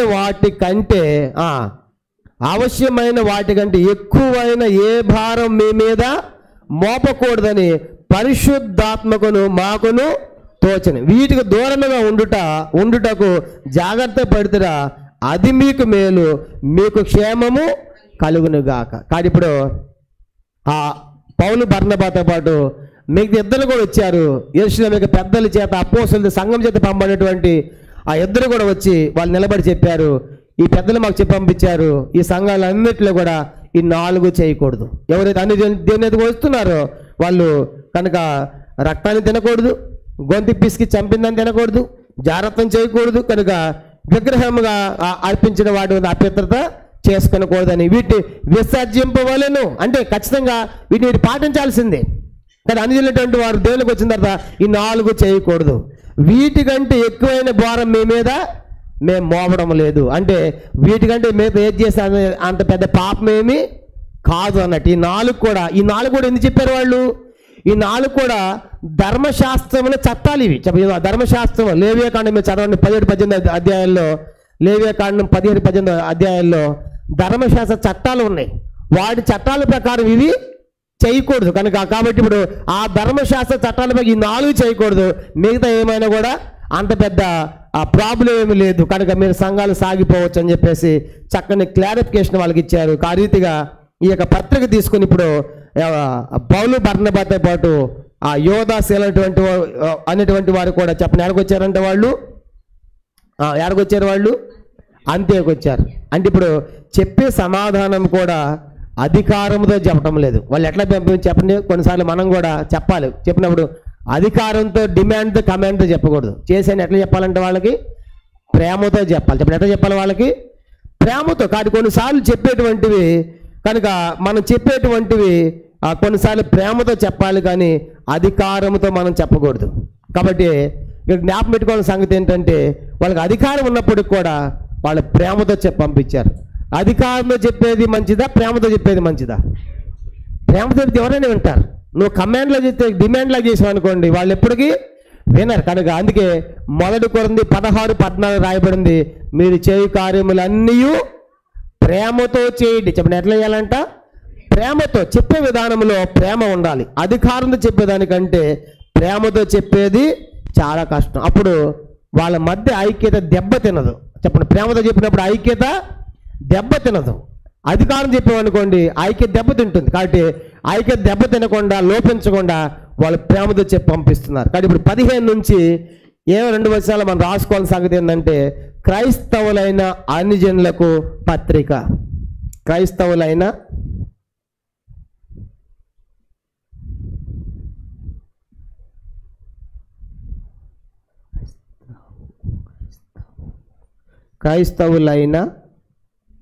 అన్యజనులకు పత్రిక. కానీ ఇప్పుడు ఎవరైతే అన్ని జనుల నుంచి క్రైస్తవులకు వస్తున్నారో వాళ్ళ కోసం పత్రిక రాసి పంపించారు యెరూషలేము నుంచి. కాబట్టి క్రైస్తవులైనటువంటి అన్ని జనుల వారికి పత్రిక. కానీ ఇప్పుడు ఈ సభలో ఇలా 5 విషయాలు పాటించారు. ఇప్పుడు ఇదంతా తీర్మానం చేసింది ఎవరు? ఇదంతా తీర్మానం చేసింది పేతురు, యాకోబేనా, లేకుంటే యెరూషలేము సంఘం అంతానా? సంఘం అంతా, సభ అంతా. కానీ అందరు కలిశారు. కనుక దాంట్లో పేతురు ఉన్నాడు, యాకోబు ఉన్నాడు, పౌలు బర్నబాలు వెళ్ళిన వాళ్ళు ఉన్నారు, మిగతా సంఘం కూడా ఉన్నారు. సంఘం అంతా కలిసి అందుకే చెప్పాను ఇది క్రైస్తవ మహాసభ. చరిత్రలో క్రైస్తవ మహాసభ, యెరూషలేములో ఉన్నటువంటి సభ కనుక అని ముందే చెప్పాను. కానీ వీళ్ళు ఈ సభలో 5 సూత్రాలు పాటించారు. ఈ సభలో ప్రాముఖ్యంగా మొదటిది ఏంటంటే సభ ఎవరో ఒకరి అధ్యక్షతన జరగాలి. చెప్పండి సభ ఎట్లా ఉండాలి? ఒక మీటింగ్ పెట్టామంటే అందరు నాయకులైతే ఎట్లా? చెప్పండి దాంట్లో ఎవరు ఉండాలి? ఒక నాయకుడు ఉండాలి, మిగతా వాళ్ళంతా ఆయన అనుసరించాలి. నేను చెప్తాను అక్కడ పని ఏం జరగదు. కానీ ఇప్పుడు ఇక్కడ నాయకుడు ఎవరు ఈ సభకి? యాకోబు అధ్యక్షుడు. కనుక యెరూషలేము సంఘం అంతటికి అధ్యక్షుడు ఎవరు? యాకోబు. అపోస్తలుల పెద్దవాడు ఎవరు? పేతురు. కానీ ఇప్పుడు సభ అనేది ఒకరి అధ్యక్షన జరుగుతున్నప్పుడు అది సక్సెస్ఫుల్ అవుతుంది, కనుక విజయవంతం అవుతుంది. రెండవది సమస్యల గురించి స్పష్టత తెలుసుకోవాలి. చెప్పండి సమస్యల గురించి ఆ సభలో సమస్య వచ్చినప్పుడు ఏం చేయాలి? ఇరువైపులో కూడా చక్కగా వినాలి. కొన్నిసార్లు చెప్పే రాదు అని చెప్పేసి మనకు తీర్మానాలు చెప్పకూడదు. కానీ కొన్నిసార్లు మనకు తెలిసినప్పటికి కూడా వాళ్ళు చెప్పేదంతా 2 వైపులు ఏం చేయాలి? వినాలి. అందుకని కోర్టులు అంత తొందరగా జడ్జిమెంట్లు ఎవరు? ఈయన కౌంటర్ అయితే మళ్ళీ ఆయన కౌంటర్ వేయాలి, ఆయన కౌంటర్ ఈయన కౌంటర్ వేయాలి. అంటే అర్థం ఏంటి? పూర్తిగా వింటారు. ఇప్పుడు మా లాయర్ రాలేదంటే మళ్ళీ ఇంకో వాయిదా ఇస్తారన్నమాట. కారణం ఏంటి? మీరు చెప్పాల్సినంత కూడా నెమ్మదిగా చెప్పండి. అంటే సభ సక్సెస్ఫుల్ అవ్వాలంటే వీళ్ళు పాటించి రెండవదిగా ఆ సమస్యను కూర్చున్న స్పష్టత తెలుసుకోవాలి. కనుక తెలుసుకోవాలి ఏంటి ఆ సమస్య ఏంటి, అసలు వీళ్ళ సమస్య ఏంటి, వాళ్ళ సమస్య ఏంటి స్పష్టంగా తెలుసుకున్నారా లేదా? ఆ 15వ అధ్యాయంలో 6వ వచనంలో వాళ్ళు చెప్పిందంతా విన్నారా లేదా? వాళ్ళంతా చెప్పినంత కూడా విన్నారు. 15-16 వచనాల్లో. అంటే రెండవదిగా సమస్య గురించి స్పష్టత ఉండాలి. రెండవది. మూడవదిగా సమస్యపై అవగాహన కలిగిన వారు మాట్లాడాలి. ఇప్పుడు సభలో అందరూ మాట్లాడకూడదు. ఇప్పుడు సభ పెట్టి ఎవరైనా ఎవరు మాట్లాడితే ఎట్లాగు? ఆ సభలో ఎవరు మాట్లాడాలి? ఆ సమస్య మీద అవగాహన కలిగిన వారు ఉండాలి. ఇప్పుడు నీకు లేఖమే తెలియకపోతే ఎట చెప్తావు? ఇప్పుడు పేతురు ఎట చెప్పగలిగాడు? యాకోబు ఎట చెప్పగలిగారు? ఆ సమస్య అంటే వాళ్ళకేం తెలుసు? లేఖనాలు తెలుసు, ధర్మశాస్త్రం తెలుసు. అందుకే ఇప్పుడు అవన్నీ తెలుసు కాబట్టి అవగాహన ఉన్నవాళ్ళు ఆ సభలో మాట్లాడాలి. కాబట్టి కొన్నిసార్లు లేచి అయిపోతే అది మాట్లాడుతూ ఉంటారు. అలా చేయకూడదు. ఒక సభ సక్సెస్ అవ్వాలంటే ఒక సమస్య వచ్చినప్పుడు దాని గురించి నీకు అవగాహన ఉంటే మాట్లాడు, తప్పేం లేదు. నీకు అవగాహన లేకుండా ఏదో ఒకటి చెప్పకూడదు. చూసారా? కానీ ఇప్పుడు పేతురు ఏదో ఒకటి చెప్పాడా? పేతురు చెప్పిన, యాకోబు చెప్పిన వాళ్ళు లేఖనాలు సరిపడినట్లు ఉన్నాయా లేవా? కానీ పాత నిబంధన లేఖనాలు సరిపడినట్టే చెప్పారు, ప్రవక్తలు చెప్పినట్టు చెప్పారు. కాబట్టి మూడవదిగా సమస్యపై అవగాహన ఉన్నవారు మాట్లాడేదానికి కూడా అవకాశం ఇవ్వాలి. ఎవరికైతే అవగాహన ఉందో వాళ్ళు వచ్చి మాట్లాడితే సక్సెస్ఫుల్ అవుతుంది అది సభ. మూడవది. నాలుగవది, ఉన్నవారిలో అనుభవ జ్ఞానులు. కనుక ఆ సభలో ఎవరైతే అనుభవ జ్ఞానులు ఉన్నారో, అనుభవం అంటే దేంట్లో అనుభవం ఉండాలి వాళ్ళకి? వయసులో కాదు, వాక్యంలో ఉండాలి. చెప్పండి, దేంట్లో ఉండాలి? కొంతమంది వయసు పెద్దగా ఉండదని వాక్యం ఏం తెలియదు. మాట్లాడమంటే వయసు ఉంది కానీ వాక్యం లేకపోతే ఎట్లాగు? నేను ఏదో ఒకటి చెప్పేస్తాం. నీకు అనుభవం దేంట్లో ఉండాలి? వాక్య అవగాహన ఉంటే, వాక్యం అనుభవం ఉంటే చెప్పొచ్చు. కానీ కొన్నిసార్లు మన సంఘాలు ఎట్లా అంటే తల నిరితే చాలు, అమ్మ పెద్ద చెప్పండి ఏం చెప్తారు ఆయన పాపం, ఆయన తెలిస్తేగా. ఆయన నాకేం రాదు బాబు మీరు చెప్పంటారు, ఎందుకంటే వాక్యం తెలియదు ఆయనకి. అట్లా ఆ అనుభవం కాదు ఇది. జుట్టు తెలిస్తే తెల్లగా ఉంటే ఆయన చెప్పించేది కాదు. కనుక ఆయన జుట్టు తెల్లగా ఉన్నా తెల్లగా లేకపోయినా ఆయనకి దేంట్లో అనుభవం ఉండాలి? వాక్యం తెలిసి ఉండాలి. కానీ అది తెలుసుంటే చెప్పు, అప్పుడు సక్సెస్ఫుల్ అవుతుంది. కాబట్టి వాళ్ళకి పేతురు అదే తెలిసింది. కాబట్టి ఉన్నవారిలో అనుభవజ్ఞులు ఉండాలి. కనుక వాక్యానుసారంగా నడిపించాలి. వాళ్ళు కూడా వాళ్ళ ఇష్టానుసారం కాదు, వాక్యం తెలిసింది కాబట్టి నా ఇష్టం నడిపించకూడదు. వాళ్ళు నడిపించాలి, వాక్యానుసారముగా చెప్పాలి, వాక్యానుసారం నడిపించాలి. నాలుగోది. ఐదోది, సభలో ఐక్యత దెబ్బ తినకుండా చూసుకోవాలి. చెప్పండి, సభలో ఎట్లా ఉండాలి? చివరికి ఫైనల్గా అందరూ కలిసి వచ్చారు, చివరికి ఎట్లా అందరూ సంతోషంగా వెళ్ళాలి. కానీ ఒక వర్గం సంతోషంగా ఇంకో వర్గం ఓడిపోయినట్టుకు వెళ్ళామనుకోండి, వాళ్ళు ఎప్పటికి దేవుళ్ళు ఉండరు. ఇప్పుడు వచ్చిన వాళ్ళు సంతోషంగా పోయింటారా లేదా బాధతో పోయింటారా? ఈ సభలో చెప్పండి. సంతోషంగానే పోయారు. సమస్య వచ్చారు కదా, చక్కగా ప్రేమతో మాట్లాడారు, కూర్చోబెట్టారు, అన్ని వివరించారు, ఎట్లా చేయకూడదు చెప్పి ఏం చేయాలో ఏం చేయకూడదు చెప్పారు. అవన్నీ కూడా చక్కగా పత్రిక రాశారు. కానీ ఇప్పుడు అందరూ కూడా సంతోషంగా వాళ్ళ సమస్యను పరిష్కరించుకుని ఐక్యంగానే వెళ్ళారు. కానీ ఆయన మాకు సరిగ్గా చెప్పలేదు, మా పార్టీకి ఓటీలు అని చెప్పేసి ఇద్దరు వెళ్ళిపోయారా? వెళ్ళిపోలేదు. కానీ సభ అనేది ఎట్లా ఉండాలని చివరిగా ఐక్యతను దెబ్బతీసేటట్టుగా ఉండకూడదు. కానీ 5 కూడా పాటించారు. మొదటిది, ఒకరి అధ్యక్షతన ఉండాలి. అందరూ కూడా దేవుని పెళ్ళికి అందరూ పెద్దలే అంట, కనుక అట్లా ఉండకూడదు. దేని పెద్ద అందరూ పెద్దలైతే ఎట్లాగు? కానీ ఒకళ్ళ అధ్యక్షతన సభ ఉండాలి. రెండవదిగా సమస్యను గురించి స్పష్టత పూర్తిగా తెలుసుకోవాలి. మూడవది, సమస్యపై అవగాహన ఉన్నవారే మాట్లాడేట అవకాశం కల్పించాలి. కనుక చాలాసార్లు కొన్నిసార్లు మనం చూస్తాం, నువ్వు పెద్దాను కదండి, పో నువ్వు మాట్లాడు, నీకు వయసు ఉంది అంకులు పో అంటావు. ఆయనగా వాక్యం రాదు, ఎట్లా చెప్పండి? ఆయన నాకు రాదు బాబు అంటాడు. మీరు మాట్లాడచ్చు అంకులు, మీ వయసు ఏంటి, మీ వయసుకు గౌరవిస్తారంటే వయసుకు గౌరవిస్తాం, కానీ ఆయనకి తెలియాలి కదా, అది మాట్లాడని తెలియాలి కదా. కాబట్టి అందుకే సమస్య అవగాహన కలిగిన వారు మాత్రమే మాట్లాడేట్టుగా అవకాశం కల్పించాలి.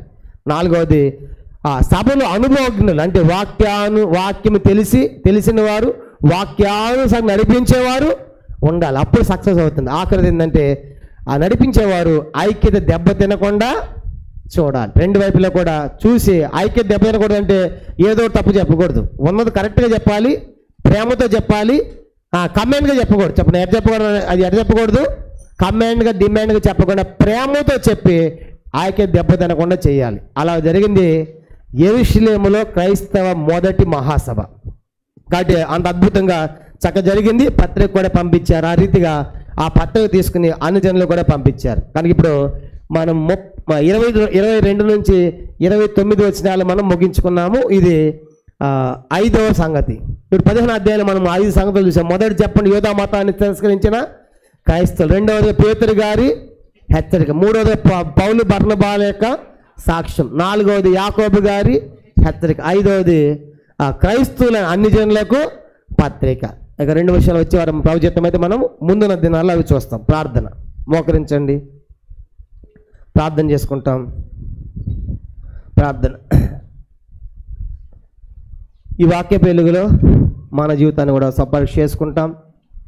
మనం కూడా ఇన్న వాక్య వెలుగులో అన్ని జనుల నుంచి వచ్చినటువంటి వారి విషయంలో మనము కూడా సరైనటువంటి అవగాహన కలిగి ఉండాలి. ఎన్నోసార్లు మనం చెప్పే వాటిని బట్టి వాళ్ళు దూరం అయిపోతున్నారు. ఇలాగైతే క్రైస్తవం మాకు వద్దులే, మేము చేయలేములే, మేము పాటించలేములే, మేము తీసేయలేములే అవి అని ఎన్నోసార్లు భోజనాన్ని బట్టి దూరం అయిపోయారా?